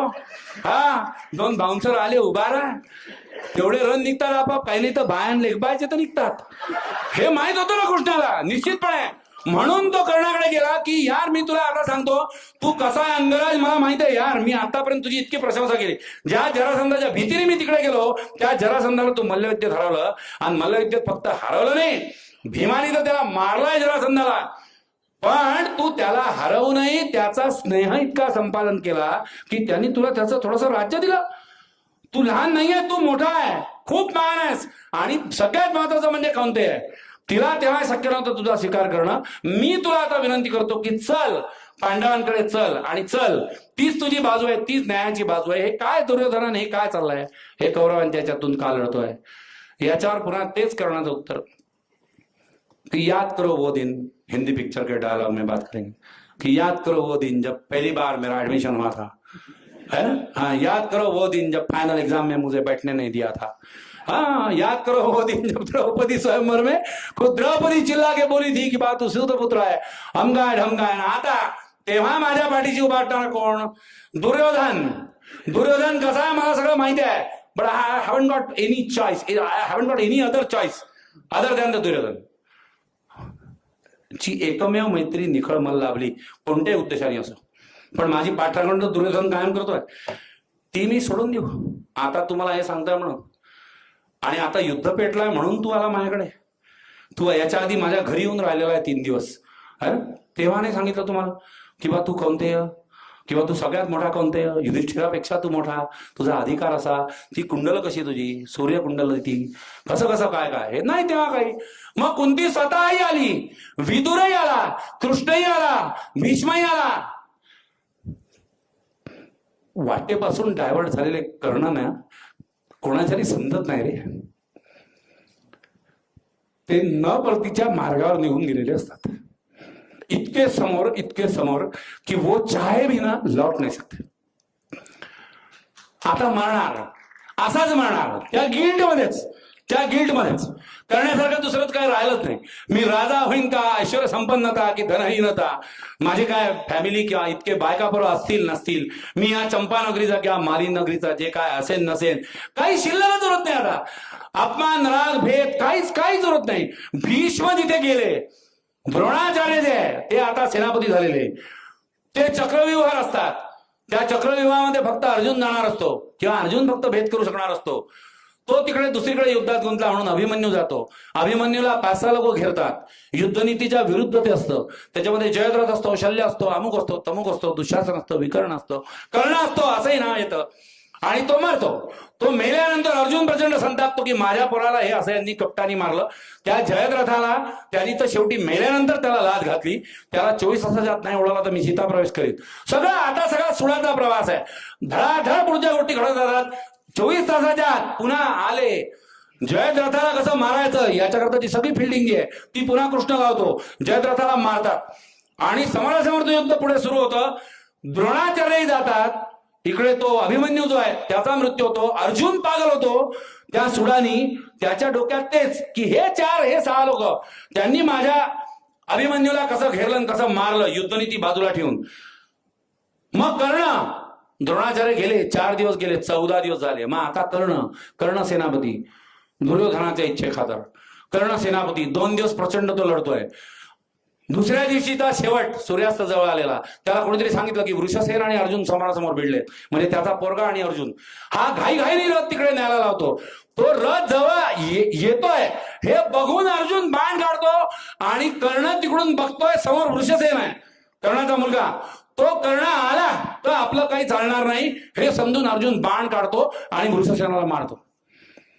डोळ्यात देखत त्या वृषसेनाचं मुंडक जे हे खाली घरून जाताना कर्ण तिकडून येताना पाहतो. तो शांतपणे अर्जुनाकडे पाहतो आणि मनात एक वाक्य बोलतो की अभिमन्यू जेव्हा मेला तेव्हा अर्जुनाला कसं वाटलं असेल हे मी आता फील करतोय. ये मेरा लड़का जब मर गया, मेरा बच्चा जब ऐसे मेरे आंखों के सामने मर गया, तर अभिमन्यू जेव्हा मेला तेव्हा अर्जुनाला कसं वाटलं असेल हे आता मला कळतंय, हे कर्ण म्हणतो. त्याचा तो तिथे काय शेला पांघरतो, त्याला त्याचं जे काय शवाची व्यवस्था लावतात सगळं, आणि मग तो पेटलेला आहे. आता अर्जुनही पेटलेला आणि कर्णही पेटलेला आहे. दुसऱ्या दिवशी तो म्हणतो की मला एक चांगला सारथी आणतो, आता एक चांगला सारथी, रथ चालवायचा तर चांगला सारथी तर पाहिजे. मग तो सारथी कोण आहे बा, एकच माणूस शिल्लक आहे सगळ्यात चांगला सारथी, तोडीस तोड. तो म्हणजे नॅचरली शल्यराज. शल्यराज म्हणजे पांडवांचा मामा. पांडवांचा मामा कर्णाचा सारथी. कैसा सब अंदर से ही सारा फिल्डिंग बेकार आहे की नाही. कोणत्या पार्टीचे लोक कुकडे जाऊन बसले आणि कोणते कुठून आत, कोणते कुठे कोणाला मतदान करू राहिले कोणाला समजून नाही राहिलं है ना.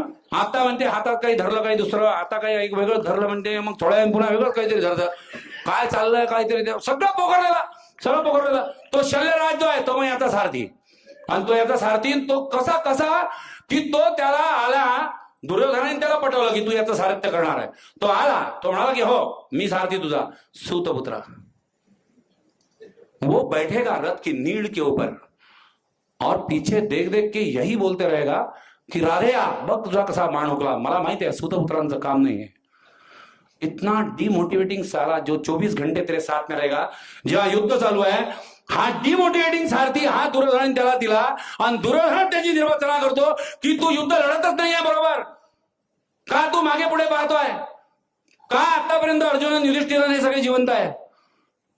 सोयीस्करपणे विसरून जातो तो की आपण याला असा सारथी दिला जो रोज घंट्यातून 10 वेळा त्याला डिमोटिवेट करायचंच काम करतोय. तोच हिणवतो त्याला सूतपुत्र म्हणून, तोच सांगतोय की राजकुलातला नाही, तोच सांगतो पांडव कसे श्रेष्ठ आहे, आणि तोच सांगतो की दुर्योधनही काम पडलं चांगला आहे पण तुझी ती योग्यताच नाही आहे कारण तू श्रेष्ठ कुलातला नाही आहे.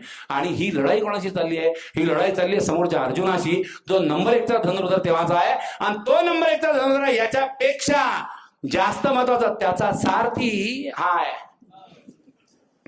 कैसी लड़ाई, कैसी मैच, कैसी कॉम्पिटिशन. शेवटही तसाच आहे, सेम टू सेम. ते अपमान जसे 6, 7, 8 झाले त्याचा मृत्यू आहे की ही शेवटच्या दिवशीची म्हणजे 17व्या दिवशीची, महाभारताच्या 18 पैकी 17व्या दिवसाचं युद्ध, 17व्या दिवशीची ही लढाई. अर्जुन सगळं ठरवून आहे, कृष्ण सगळं ठरवून आहे, कृष्णच मुख्य ठरवून आहे, अर्जुन फक्त एक्झिक्युटर आहे. हा तो अंमलबजावणी की काव कसं सोडू का, सोड मान, हा ना एवढंच फक्त चाले. आले समोरासमोर आले, ते कोणी कोणाला शाप, ते डिश आले. हा कोणी कोणाला कधी कोणाला शाप दिला होता, कोणतं त्याच्या हातून कृत्य घडलं होतं म्हणून त्या भूमीनी काय म्हणजे जमिनीनी है ना त्याचं चाक जे आहे ते गेलं, आणि ते चाक ते रथ तिथल्या इथेच फिरायला लागला म्हणून तो खाली उतरला, आणि तो ते चाक जे आहे त्याला हात देऊन तो ते बाहेर काढण्याचा प्रयत्न करू लागला. आणि म्हणून तो त्या समोरच्याला म्हणतो की हे माझं दिसतंय का की हे चाक अडलंय. युद्धाचे नीती नियम तेव्हाही होते ना, 1 to 1 चालतात मार्किंग, 1 to 1 मार्किंग. असं नाही कोणी कुठे आला भोसकला कोणाला, असं नाही, 1 to 1 मार्किंग. मग काय चालत थांब ना, जोपर्यंत माझं चाक अडकलाय हा काय धर्म आहे, मी तिथे चाक काढतोय आणि तू त्या अर्जुनाला सांगतोय की बाण सोड म्हणून. कृष्णाचा सगळा डाटाबेस आहे. कृष्ण बरोबर त्यातली एक पेनड्राईव्ह किंवा एक फ्लॉपी बरोबर काढतो की आता तू धर्म आठवला करणा, तेव्हा कुठे गेला होता राधा सुद्धा तुझा धर्म. तुझ्या 30, 35, 40 वर्षाच्या आयुष्यातली एक फ्लॉपी जी चुकीची होती ना तुझ्या साईडनी, ती बरोबर घेऊन आलोय मी आज. हा की तेव्हा कुठे गेला होता राधा सुद्धा तुझा धर्म. तूही त्या राजसभेत बसला होता आणि दुःशासनाने हे जे हे त्या द्रौपदीचं वस्त्रण करत होते. तू इतका चारित्र्यवान, तू इतका अमका ठमका टमक टमक बोलायला लागला, ऐकत नाही तो. हा एका हाताने त्या चाकाला आधार देऊन एका हाताने काहीतरी धनुष्याला बाण जोडण्याची केविलवाणी खटपट जो आहे तो करतोय कर्ण.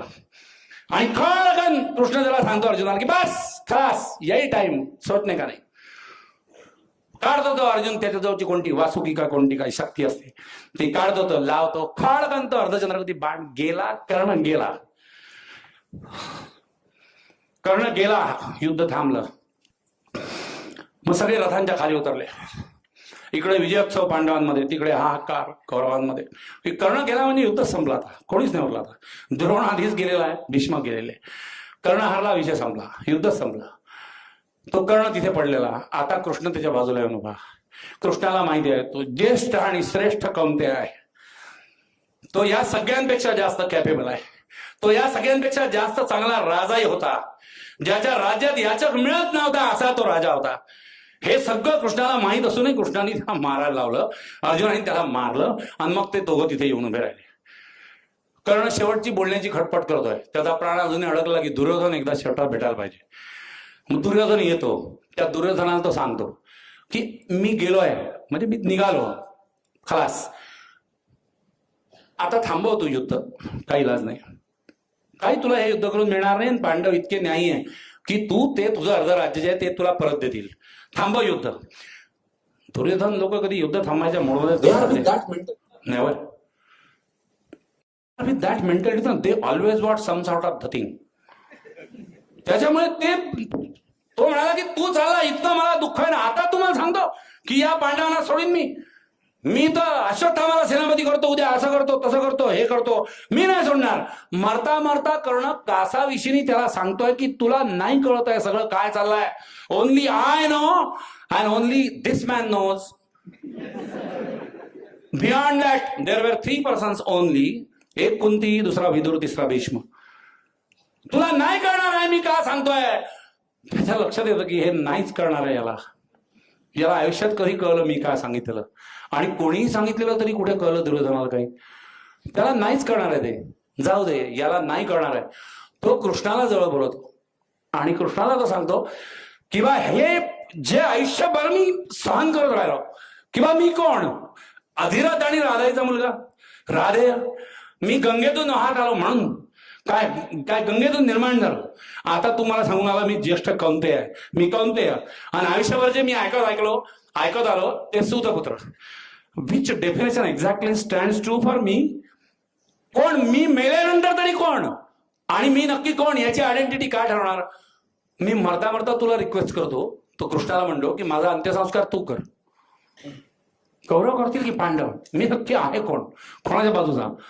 एक तूच मला दिसतो अवतारी पुरुष, म्हणून तू कर. कर्ण त्याची विनंती मान्य करतो. कर्णाची विनंती कृष्ण मान्य करतो.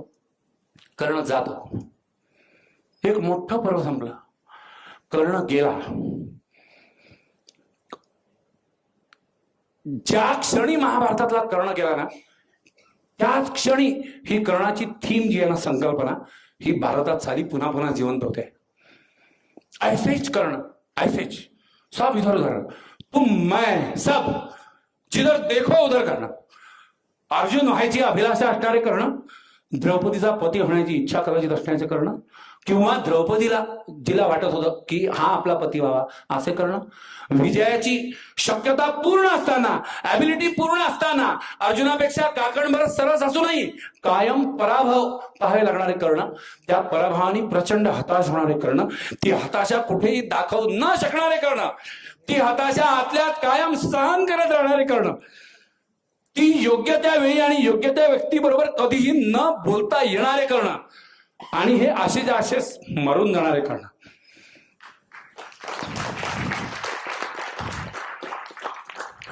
संपलं महाभारत, युद्ध संपलं, सगळं संपलं. जिकडे तिकडे रथाच्या राशी पडलेल्या आहेत, मृतदेह सगळे पडलेले आहेत. महाभारत संपलेलं आहे. पांडव जिंकलेत, कौरव हरलेत सो कॉल्ड, पांडवही जिंकलेत सो कॉल्ड. त्या विजयाचा उन्माद कोणाला नाही. त्या पराभवातून डोकं काढायला कोणतं डोकं उरलेलंच नाही. आणि मग तिलांजली देण्याचा कार्यक्रम सुरू.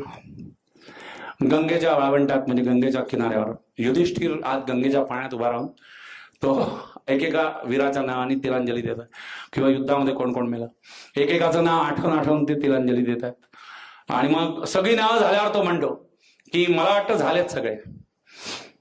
बाजूला अर्जुन, भीम, द्रौपदी, कुंती इथेही नकुल सहदेव बसले, मागे कृष्ण. मला वाटतं झालेच सगळे. कुंतीचा आत्मा तडफड करतोय, कृष्णा निदान आता तरी तू तरी स्पीक इट आउट, अब तो भी बोल. कृष्णाच्या लक्षात येतं गांभीर्य. तो उठतो, समोर येतो, धर्माला म्हणतो वळू नकोस, थांब, तसाच थांब. म्हणतो कोण राहिलं? तो म्हणतो आहे अजून एक राहिला, ज्यांनी कायम तुमच्याशी ऋणानुबंध जोडून ठेवले होते आणि तरी तो जो विरोधी पक्षात होता आणि तरी तुमच्याशी ऋणानुबंधाने बांधला गेला होता, असा कोणतरी राहिला आहे. युधिष्ठिर म्हणतो हा भीष्म. पण भीष्म तर अजून जिवंत आहे, त्यांना तिलांजली कशाला? ते तर ते उत्तरायणाची वाट पाहत थांबलेत. तर तो म्हणतो तो नाही, भीष्म पितामह नाही. कोण कोण? सगळे कान टाकून बसले. कोण? मग हा सांगतोय किंवा कर्ण. तो युधिष्ठिर संतापलेला की तू एक वेळ कौरवांना तिलांजली द्यायला सांग मला, कर्णाला तर नाहीच. कर्ण कसं आमच्या बाजूचा, त्याला का तिलांजली? तो का आमच्या बाजूचा वीर? त्याच्या पायी हे सगळे तमाशे, त्याची ती ऑर्डर त्या राजसभेतली द्रौपदीचं वस्त्रण करण्याविषयीची, त्याच्यामुळे सगळं युद्ध. तो नसता याच्या आधीच कधीतरी आम्ही जिंकून मोकळे झालो असतो. त्यांनी दुर्योधनाला कायम पाठिंबा दिलेला, त्याच्यामुळे या सगळ्या गोष्टी झाल्या. मला तर शंका द्यूत खेळण्याचं कारस्थान आहे तेही कदाचित त्यांनी केल्यामुळे किंवा त्यांनी संमती दिल्यामुळे वगैरे वगैरे वगैरे वर तो बोलतोय. मग कृष्ण पुन्हा थांबवणार त्याला. Everywhere always in the driver seat. रथावर बसला तरी ड्रायव्हर. हा लाइफ में कहीं जिया तो भी driver, always in the driving seat. Krishna. मग तो त्याला सांगतो की तो ज्येष्ठ कौंतेय आहे. काय स्टोरी झाली मी सांगतो सगळी, कसं कसं झालं होतं, कसं ते तिला काय दिव्य शक्ती मिळाली आणि तिने ते वापरली आणि ते असं असं झालं. तो कौंतेय आहे, तो तुमचा ज्येष्ठ भाऊ आहे.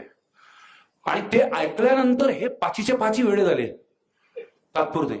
अर्जुन, भीम, द्रौपदी, कुंती आणि युधिष्ठिर, नकुल सहदेव तसेच होते. आणि हे पाचीच्या पाची की माय गॉड टेरिफिक. युधिष्ठिर जो आहे तो किंवा कौंतेय, हा कौंतेय होता. मला युद्धात ज्यांनी धनुष्य अडकवलं, माझ्या गळ्यात ओढलं आणि कुंतीला वचन दिलं होतं ना की अर्जुनाशिवाय कोणाला मारणार नाही, म्हणून त्याने सोडून दिलं की चल मारत नाही तुला, चल जा तू भी काय याद रखेगा. हा हा माझा हा ज्येष्ठ कौंतेय आहे, हा माझा भाऊ आहे. अर्जुनाला आठवतं, भीमाला आठवतं. भीमाला आठवतं राजसी यज्ञ करायच्या वेळेला आपण गेलो आणि आपण एक दिवस याच्याशी काय युद्ध केलं तर आपण त्याला म्हटलं की हा आली का अक्कल ठिकाणावर, पराभवाच्या भीतीने आता तरी सुधारला का तू? अरे कधी त्याचा पराभव होणारच नव्हता. आता मला कळतंय कोण करणं आणि मी त्याच्याशी कसा वागलो, मी त्याच्याशी कसा बोललो. अर्जुनाला आता शॉक लागतोय. अर्जुन आता म्हणतोय की अरे अभिमन्यूच्या वधामध्ये हे सगळे 5-6 लोक युद्धनीती बाजूला ठरवून मारले. मला सांगणाऱ्यांनी सांगितलं की कर्णही त्याच्यात होता. नंतर मला हा उलगडा झाला की कर्ण त्याच्यात नव्हता. पण त्याच्या आत अभिमन्यूच्या वधाचा सूड घ्यायचा म्हणून कर्णाच्या मुलाला त्याच्या डोळ्या देखत ऋषसेनाला मुंडकं उडवून मी मारलं. आणि त्यावेळेला कर्ण तिथे आला. तो शांतपणे माझ्याकडे बघत होता. त्यांनी माझ्याविषयी कोणतेही अपशब्द काढले नाही, मला कोणताही शाप दिला नाही. ते काय हे मला आता कळत आहे, कारण तो माझा भाऊ होता. द्रौपदीचा हात कपाळाकडे चाललाय, अजिब किती कुंकू पुसणार आहे. कृष्ण जो आहे तो तिचा हात आडून धरतो किंवा हे करण्याची तुला गरज नाहीये. आणि अर्जुनाला धरायला तो जातो तर अर्जुन त्याला म्हणतो कृष्णाला की तुझ्या पापी हातांनी मला स्पर्श करू नको, तू मला उद्युक्त केलं त्या कर्णाला मारायचं म्हणून. युधिष्ठिर जो आहे तो पाण्याची ओंजळ घेऊन तिथे उभा आहे. त्याने ती पाण्याची ओंजळ जी आहे ती अर्घ्य किंवा तिलांजली त्याला द्यायची म्हणून ती उचललेली आहे. आणि तो जाता तो शेवटचे शब्द तेवढे फक्त उद्गारतो किंवा कायम तुझ्या पराभवाचीच प्रार्थना देवाच्या चरणी मी जी केली आणि मी कायम विजयाच्या उन्मादातच वावरत राहिलो, ते माझ्या ज्येष्ठ किंवा श्रेष्ठ कौंतेय माझ्या भावांसहित आणि माझ्या सर्व परिवारासहित मी तुला तिलांजली देतो आहे. तो पाणी सोडतो, पाणी खाली पडतं, त्याच्या आत युधिष्ठिर खाली कोसळलेला असतो. और फिर उस वक्त से जो कर्ण गेला आणि जी तिलांजली त्याला दिली गेली, कर्ण गेला आणि कर्ण शिल्लक राहिला. कर्ण शिल्लक राहिला. प्रत्येकाच्या मनामनात तो शिल्लक राहिला. प्रत्येकाला तो फेवरिट वाटत गेला.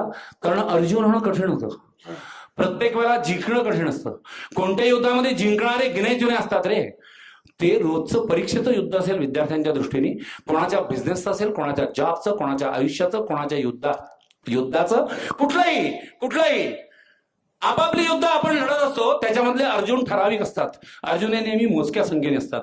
गॅरंटी नसते की आपण अर्जुन होऊ, आणि आपण अर्जुन नसतोच. मॅक्झिमम वेळेला आपण कर्ण असतो, आणि आपण कर्ण असतो म्हणून कर्ण आपल्याला हा असं वाटतो. ये सब समझने के बाद एक रिक्वेस्ट तहे दिल से मेरी मान जाओ, कुछ भी बनो, कर्ण बनू नका. नकुल सहदेव बना, कर्ण बनू नका. कर्ण बनण्याची आपली क्षमता नाही आहे आणि अवकात नाही आहे. कर्णाला जितकं सहन करावं लागलं तितका तडफडाट आयुष्यभर आपण सहन करू शकू इतका एंड्योरेंस नहीं आपल्याजवळ. और शायद हो सकता है कि कर्ण की योग्यता है जितनी थी उतनी शायद क्षमता या योग्यता है भी अपने पास नहीं. कर्ण बनायला नाही परवडत. सगळ्यांना सगळं कळलं. अर्जुनाला कळलं, भीमाला कळलं, कृष्णाला कळलं, युधिष्ठिराला कळलं, सगळ्यांना कळलं. सगळ्यात शेवटी कळलं. आणि जेव्हा कळलं तेव्हा कळून काय उपयोग नव्हता. He had gone beyond the limits. Karna निघून गेला होता. शिल्लक उरली होती फक्त प्रचंड सहानुभूती.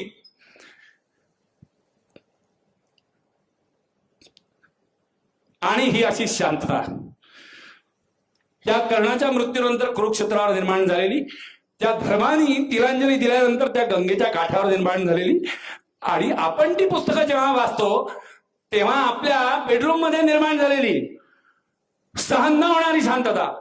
मग आपण आपले आपले कर्ण त्याच्यात पाहतो. कोई बोला ना, कौन कमबख्त किसी गैर के लिए रोया, हर किसी को अपना फसाना याद आया. अपने को हर बार अपने फसाने ही याद आएंगे जब अपन कर्ण पढ़ेंगे या कर्ण सुनेंगे. अर्जुन नाही, कृष्ण नाही, दुर्योधन नाही, तितके आपण हलकट नाही, इतके आपण श्रेष्ठ नाही, आपण मधले कर्ण. आणि म्हणून कर्णाच्या वाट्याला प्रचंड सहानुभूती. आणि इतक्या मोठ्या माणसाला फक्त इतकी प्रचंड सहानुभूती मिळावी हा कर्णाचा सगळ्यात मोठा पराभव. ऐसे कर्ण तब भी थे, आज भी है. अर्जुनाला युद्धाकरता उभं करणारा कृष्ण जर तेव्हा होता तर कर्णाला त्या कृष्णाशी कम्युनिकेट का नाही करता आलं, ये मेरे मन में अब सवाल. आपल्या मनातले गीत त्याला तेव्हाच बोलून का नाही दाखवता आले. Could the power of acceptance be the single solution for even Karna? कि एक ये मेरे साथ मेरे जिंदगी में एक अध्याय ऐसे लिखा गया जो मेरे हाथ में नहीं था. जन्म घेणं हे माझ्या हातात नाही आणि मृत्यू कसा येईल हे ठरवता येणार नाही मला. या इतक्या साऱ्या गोष्टींचा इतक्या मोठ्या कर्णाला विसर पडला होता. त्या गिल्ड मध्ये अडकत कर्ण तसा जगत तडफडत मरत राहिला. हे सोयीस्करपणे विसरून गेला की हे प्रॉब्लेम जो आहे किंवा ही समस्या जी आहे ये उसका अवकल करने वाला कोई तो हो, वो दुर्योधन तो हो नहीं सकता. पण कृष्णाचा सुद्धा विश्वास त्याला वाटला नाही की बा याला आपण हे सांगू शकू तर तो आपल्याला काहीतरी कॉन्क्रीट सोल्युशन देईल. नाही, I can't comment whether it was the fault of the Karna. Who am I. सदियों से सारा जो एंटिटी सबके दिलों पे राज करते आया ना, चाहे कर्ण हो चाहे कृष्ण, मैं कौन होता हूं उनके ऊपर आक्षेप लेने वाला. But I don't want to live like Karna, and I'm not belonging to Mahabharata. I'm belonging to 21st century. मेरे अपने जिंदगी के अपने खुद के प्रॉब्लम्स हैं, आपके जिंदगी के आपके भी खुद के प्रॉब्लम्स हैं, और मैं चाहता हूं कि हम में से कोई कर्ण ना बने, क्योंकि समस्याएं आती रहेगी, मगर उसके लिए हर बार सोल्यूशन अगर होगा तो हमको कृष्ण के पास जाना पड़ेगा. Not always it can happen what happened in the life of Arjuna. That Krishna came to him for his rescue, for his support, for his mentoring, for his philosophy, friend, guide, whatever. वो नहीं आएगा हमारे pass तो हम नहीं जा सकते उसके pass. जाना चाहिए था. अदरवाइज कर्ण ने क्या किया. अदरवाइज हा जो गिल्ट होता की आपण काही झालं तरी राजपुत्र होऊ शकणार नाहीये, आपण काही झालं तरी कुरुकुल किंवा पंडुकुलात जन्म नाही घेऊ शकणार, आणि सूतपुत्र हा आपल्यावरचा डाग आता कधी निघणार नाही. किती राज्य वाढवलं तरी आपल्याला कौरव पांडवांपेक्षा श्रेष्ठ कोणी नाही समजणार आहे. मग हे करायचं तेव्हा मी काय करतो, हे करायचं तेव्हा मी अजून एक काम करतो. काय, मी तिसरंच काहीतरी हे काढतो, मी दान सुरू करतो. आणि मी दान सुरू करतो, प्रचंड दान. महादानी म्हणूनच कर्ण प्रसिद्ध आहे. त्याच्या दानाच्या प्रचंड स्टोऱ्या आहेत आणि तो महादानी म्हणूनच अजरामर झालेला आहे. पण कर्णाची दान करण्याची पद्धत, गंगेच्या किनाऱ्यावर गेले, ते काय गंगेमध्ये काय आंघोळ केली, उभे राहिले, सूर्याला अर्घ्य दिलं आणि विचारलं कोणी याचक आहे का? मागून आवाज येणार की हो महाराज आहे. तो आवाज आल्यानंतर मागे पलटून न पाहता कर्ण म्हणाल की ओके. कारण मागे नाही पाहायचं याच्याकरता की मागे दान मागणारा, याचना करणारा कोणीही असू शकतो, माझा दुश्मन नाही, मेरे खिलाफ काड्या करणे वाला भी है ना. आणि तो असला म्हणून त्याला दान द्यायचं नाही अशी मला दुर्बुद्धी व्हायला नको, म्हणून करणं मागे नाही पाहायचा म्हणे. किंवा न राहणं त्याला पाहून माझी उद्या बुद्धी फिरली की हा इतका मला पाण्यात पाहणारा माणूस जो आहे तो आता माझ्या दानाची याचना करतोय, म्हणून मागे बघायचं नाही, मागे बघायचं नाही. आपली संस्कृती सांगितलं दान करायचं तर सत्पात्री करायचं. किसी को दान करेंगे तो देख के करो कि किसको कर रहे हो, क्योंकि गलत आदमी को कुछ अच्छे भावना से दान भी कर रहे हो तो उसका परिणाम जो होगा वो परिणाम की कुछ हद तक रिस्पॉन्सिबिलिटी आपके ऊपर भी आएगी. अमेरिकेने पाकिस्तानला अण्वस्त्र पुरवली आहेत का किंवा त्याचं तंत्रज्ञान पुरवलं आहेत का? पण अमेरिकेने अशा शक्ती कोणालाही उत्तर कोरियाला किंवा काय इम्रान खानला म्हणजे पाकिस्तानला दिल्या असतील आणि पाकिस्तानने त्या वापरल्या. कारण जो पिंडो काय त्याला द्यायचं का दान, आणि ते दिलं तर ते सत्पात्री आहे का? मग हा आपल्या संस्कृतीचा नियम आहे ना. मी करंट मधलं उदाहरण ते दोन्ही भारताच्या संस्कृतीच्या बाहेरचं घेतलं. आईन्स्टाईनला हिटलरनी बोलवलं होतं की मला अणुबॉम्ब बनवायचा आहे, कारण आईन्स्टाईन जन्मानी जर्मन होता, नंतर तिकडे स्थायिक झाला अमेरिकेमध्ये. तर त्यांनी त्याला सांगितलं की मला जे कळलंय E=mc² अँड व्हॉट एव्हर वो इसके लिए नहीं है, संहारक शक्ती म्हणून मी नाही वापरू देते, मी नाही बनवणार अणुबॉम्ब. आणि तो वापस आल्यानंतर त्यांनी एक पाऊल अजून समोर टाकलं की त्यांनी मला बोलवलं होतं, काय गॅरंटी आहे मी नाही म्हटल्यावर तो चूप बसेल, तो हिटलर आहे, तो दुसऱ्या कोणाला तरी बोलवेल. त्यांनी बोलवलंच होतं दुसऱ्याला, पण त्यांनी दुसऱ्याला बोलवलं. आईन्स्टाईननी अमेरिकेचा राष्ट्राध्यक्ष तेव्हा रुझवेल्ट, त्याला हे सगळं सांगितलं. रुझवेल्टनी ओपेनहायमरला कामाला लावलं आणि जर्मनीपेक्षा अमेरिकेचा अणुबॉम्ब लवकर तयार झाला. कोणाचा अणुबॉम्ब लवकर तयार झाला, कोणी टाकला, कोण जिंकलं, कोण हरलं, माझा प्रश्न अनुत्तरित. चांगलं झालं की वाईट झालं? कोणी कोणावर बॉम्ब टाकले, चांगलं झालं की वाईट झालं? आणि ही अशी विद्या, असं कोणतंही दान कोणीतरी कोणाला देत असेल, समजून न घेता की हा कोण आहे ना हा काय करतोय. Was that the good idea? Perhaps not. I don't know. Who am I to comment upon that? आणि मग दुसरं की काय पाहिजे तुम्हाला, दुसरा प्रश्न. आणि मग तो म्हणेल की बा मला हा थांबा, काय पाहिजे सांगू नका, पहिले त्या गंगेचं पाणी घ्यायचं, सोडून द्यायचं, किंवा दिलं, आता सांगा काय पाहिजे. वो कौन मालूम नहीं है ना, वो क्या मांगेगा मालूम नहीं, वो कौन है ये समझे बिना हम बोल चुके कि मांग लो क्या मांगना है. वो क्या मांगेगा ये जाने बिना हम वो दे दिए उसको. How far rational, how far logical, how far scientific? Absolutely not. Because such people don't behave with the scientific aptitude. They are never rational. They are not logical. They are emotional. They are sentimental. They are sensitive. They are sensible. They are passionate. फिर वो आया कोई अपनी संस्कृती में दुसरा sentence की समोर वाढलेलं ताट आपण कोणाला द्यायला हरकत नाही, पण कोणाला आपला बसलेला पाठ देऊ नये, कारण कोणी येईल तुमचा पाठ मागून घेऊन जाईल. कारण वही गलती कर बैठा, कारण वही गलती. सामने वाला आया किस इंटेंशन से, गलत इंटेंशन से, प्रत्यक्ष देवेंद्र म्हणजे इंद्र, इंद्र आला आणि काय मागून घेऊन गेला, त्याची कवच कुंडल ना. अरे कोई आके तुमसे हंसी मजाक में तुम्हारा स्ट्रेंथ मांग के चला जाएगा तो स्ट्रेंथ दे दोगे क्या उसको? जेव्हा तू इतका महादानी आहे, कोणी झाला नाही बाबा तुझ्यासारखा. मग तुझं हे दान यज्ञ चालू असण्याकरता तुझं असणं महत्वाचं नव्हतं, तुझ्या असण्याकरता तुझं ती स्ट्रेंथ जी आहे हे तुझ्याचं असणं महत्वाचं नव्हतं. पुन्हा तेच वो गिल्ट साला अंदर से जो मेरे को खाया जा रहा ना, मेरे को जब यही नहीं समझ रहा मेरे जीने का मकसद क्या है. कर्णाला नव्हतं माहित की बा हे असं काय होईल आणि असं महाभारत समोर जाईल. मग लोक कधीतरी 2019ला कुठेतरी एका हॉलमध्ये बसून हे पुन्हा सगळं रिवाइज करणार आहेत की कर्ण कसा पॅशनेट, कसा दानी, कसा ग्रेट होता था. उसको पता नहीं, शायद वो कुछ दूसरा मूव करता था. और इसीलिए बोलता हूं की हे सगळं जे आहे ना, हे सगळं आता ऐकलं, समजलं याच्या आधी तुम्ही वाचलेलं असेल, हे एक न्यू डायमेन्शन मी माझ्या स्टाईलने टाकतोय. महाभारत झालं की नाही हेच आपल्याला माहित नाही, तर महाभारत असं झालं की नाही हे कोणाला माहित आहे. पर महाभारत हा तो कैनवास है जो हर परफॉर्मर को, हर आर्टिस्ट को बार बार बुलाता रहेगा कि मेरे ऊपर लिखो, मेरे ऊपर बात करो, हम लोगों के ऊपर कुछ कहानियां बनाओ, काही गाणी लिहा, काही कविता लिहा, काही चित्रपट काढा, नाटकं लिहा, हे करा. कारण इतकी ट्रिमेंडस ड्रामॅटिक कोणती स्टोरी जी आहे ती आजपर्यंत भारतवर्षात नाही, जगातच कुठे घडलेलं नाही. ती घडली असेल तर ते माणसं कसे होते त्यांना सलाम, आणि ती घडली नसेल तर नॅचरली ज्याने ती निर्माण केली त्या व्यासांना सलाम. क्या स्टोरी, जावेद अख्तर नहीं बस, गुलजार नहीं, है ना, सलीम जावेद ने क्या स्टोरी लिखा बाप. और फिर ये ऐसे जाएगा तो नेचुरली वो एक एडवाइस मेरी तरफ से ख्याल में रखना. आणि नाही तर दुसरा की कर्ण होण्याचा प्रयत्न करू नका, किंवा कर्ण होणार असाल तर तो तडफडाट सहन करण्याची तयारी ठेवा, ते सगळं सहन करण्याची तयारी ठेवा, ते सगळे अपमान पोटात घालण्याची तयारी ठेवा. तरीही सूडबुद्धीने कोणाशी वागायचं नाही हे लक्षात ठेवा. सगळे सिक्रेट आपल्याला माहित असूनही ते कधीच वापरायचे नाहीत हे ठरवून टाका, आणि हे मरेपर्यंत चालू द्या. तुम्ही मेल्यानंतर तुमची योग्यता तुमच्या आसपासच्या युधिष्ठिर, धर्म, अर्जुन आणि कुंती आणि सगळ्यांना कळेल. ज्या कुंतीने लोकापवादामुळे त्याला सोडून दिलं होतं गंगेच्या पाण्यावर, है ना, त्या कुंतीला शेवटी कर्ण गेल्यावर हे डिक्लेअर करायची लाज वाटली की कृष्ण निदान तू तरी आता तरी बोल, यांना सांग की कोण होता कर्ण. मग कृष्ण उठतो, सांगतो किंवा हा ज्येष्ठ कुंती होता. मग ते सगळे त्या कुंतीकडे पाहतात आणि कुंती ते मान्य करते.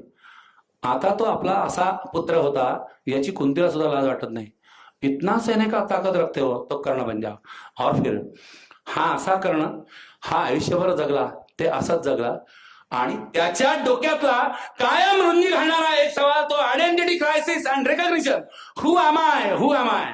कितने लोग जानते हैं कुसुमाग्रज ने इस बात के ऊपर एक पहले कथा किंवा कादंबरी म्हणून लघु कादंबरी कर्णावर कादंबरी लिहिली. ती लिहिल्यानंतरही त्यांचं कर्णामुळे समाधान झालं नाही, तो तडफडाट त्यांना शब्दबद्ध करता आला नाही, म्हणून त्यांनी कर्णावर एक नाटक लिहिलं. ते नाटक लिहूनही त्यांचं समाधान झालं नाही, म्हणून त्यांनी तिसरं नाटक मग भलत्याच गोष्टीवर लिहिलं, कर्णावर नाही लिहिलं. आणि ते नाटक अत्यंत गाजलेलं नाटक. ते नाटक नॅचरली नटसम्राट आणि त्यातल्या आप्पा बेलवलकरच्या तोंडी येणारा तो सुप्रसिद्ध डायलॉग, घर देता का कोणी घर, आयडेंटिटी क्रायसिस. कौन मैं, कौरव पांडव, कौन राधा सुत, कौनते राधे, कौन कोई नहीं, कौन हूं मैं कौन हूं. और ये इतना तमाशा, क्या गलती मेरा, कोई गलती नहीं. तो कौन जवाब देगा, कोणी द्यायला तयार नाही.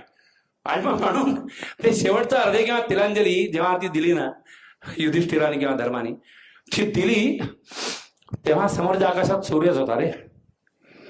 सूर्याची किरण जी आहे ती त्या अर्ध्या दिलेल्या किंवा तिलांजलीच्या पाण्यावरही पडली.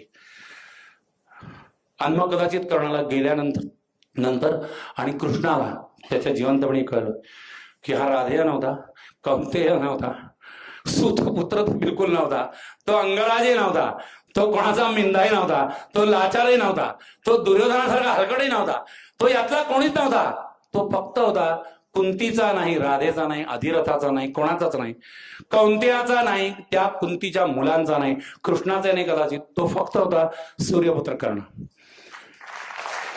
उसके मन में तब से जो सवाल शायद था, आणि त्याच्या जिवंतपणी त्याला जो कायम छळत गेला असेल तो कदाचित हा प्रश्न की हे सगळं माझ्याविषयी का, माझी काही चूक नसताना, माझ्या जन्मापासून मृत्यूपर्यंत, जन्मामध्येही माझा दोष नाही, माझा मृत्यू अशा युद्धनीती बाजूला सारून कृष्ण तिथे उपस्थित असताना असा का. आणि मग हा प्रश्न तेव्हा भारतात सगळ्यांना पहिल्यांदा पडलेला जो प्रश्न, हा ये ऐसा मेरी ही जिंदगी में क्यों. नेचुरली हा उद्याच्या व्याख्यानाचा विषय. आज आप लोग जो आए इससे बड़ी तादाद में आप कल आएंगे ये अपेक्षा करता हूं. रुकता हूं, धन्यवाद. कल आइएगा. आखिर ये ऐसा मेरी जिंदगी में क्यों होता है, कल बात करते हैं. Thank you.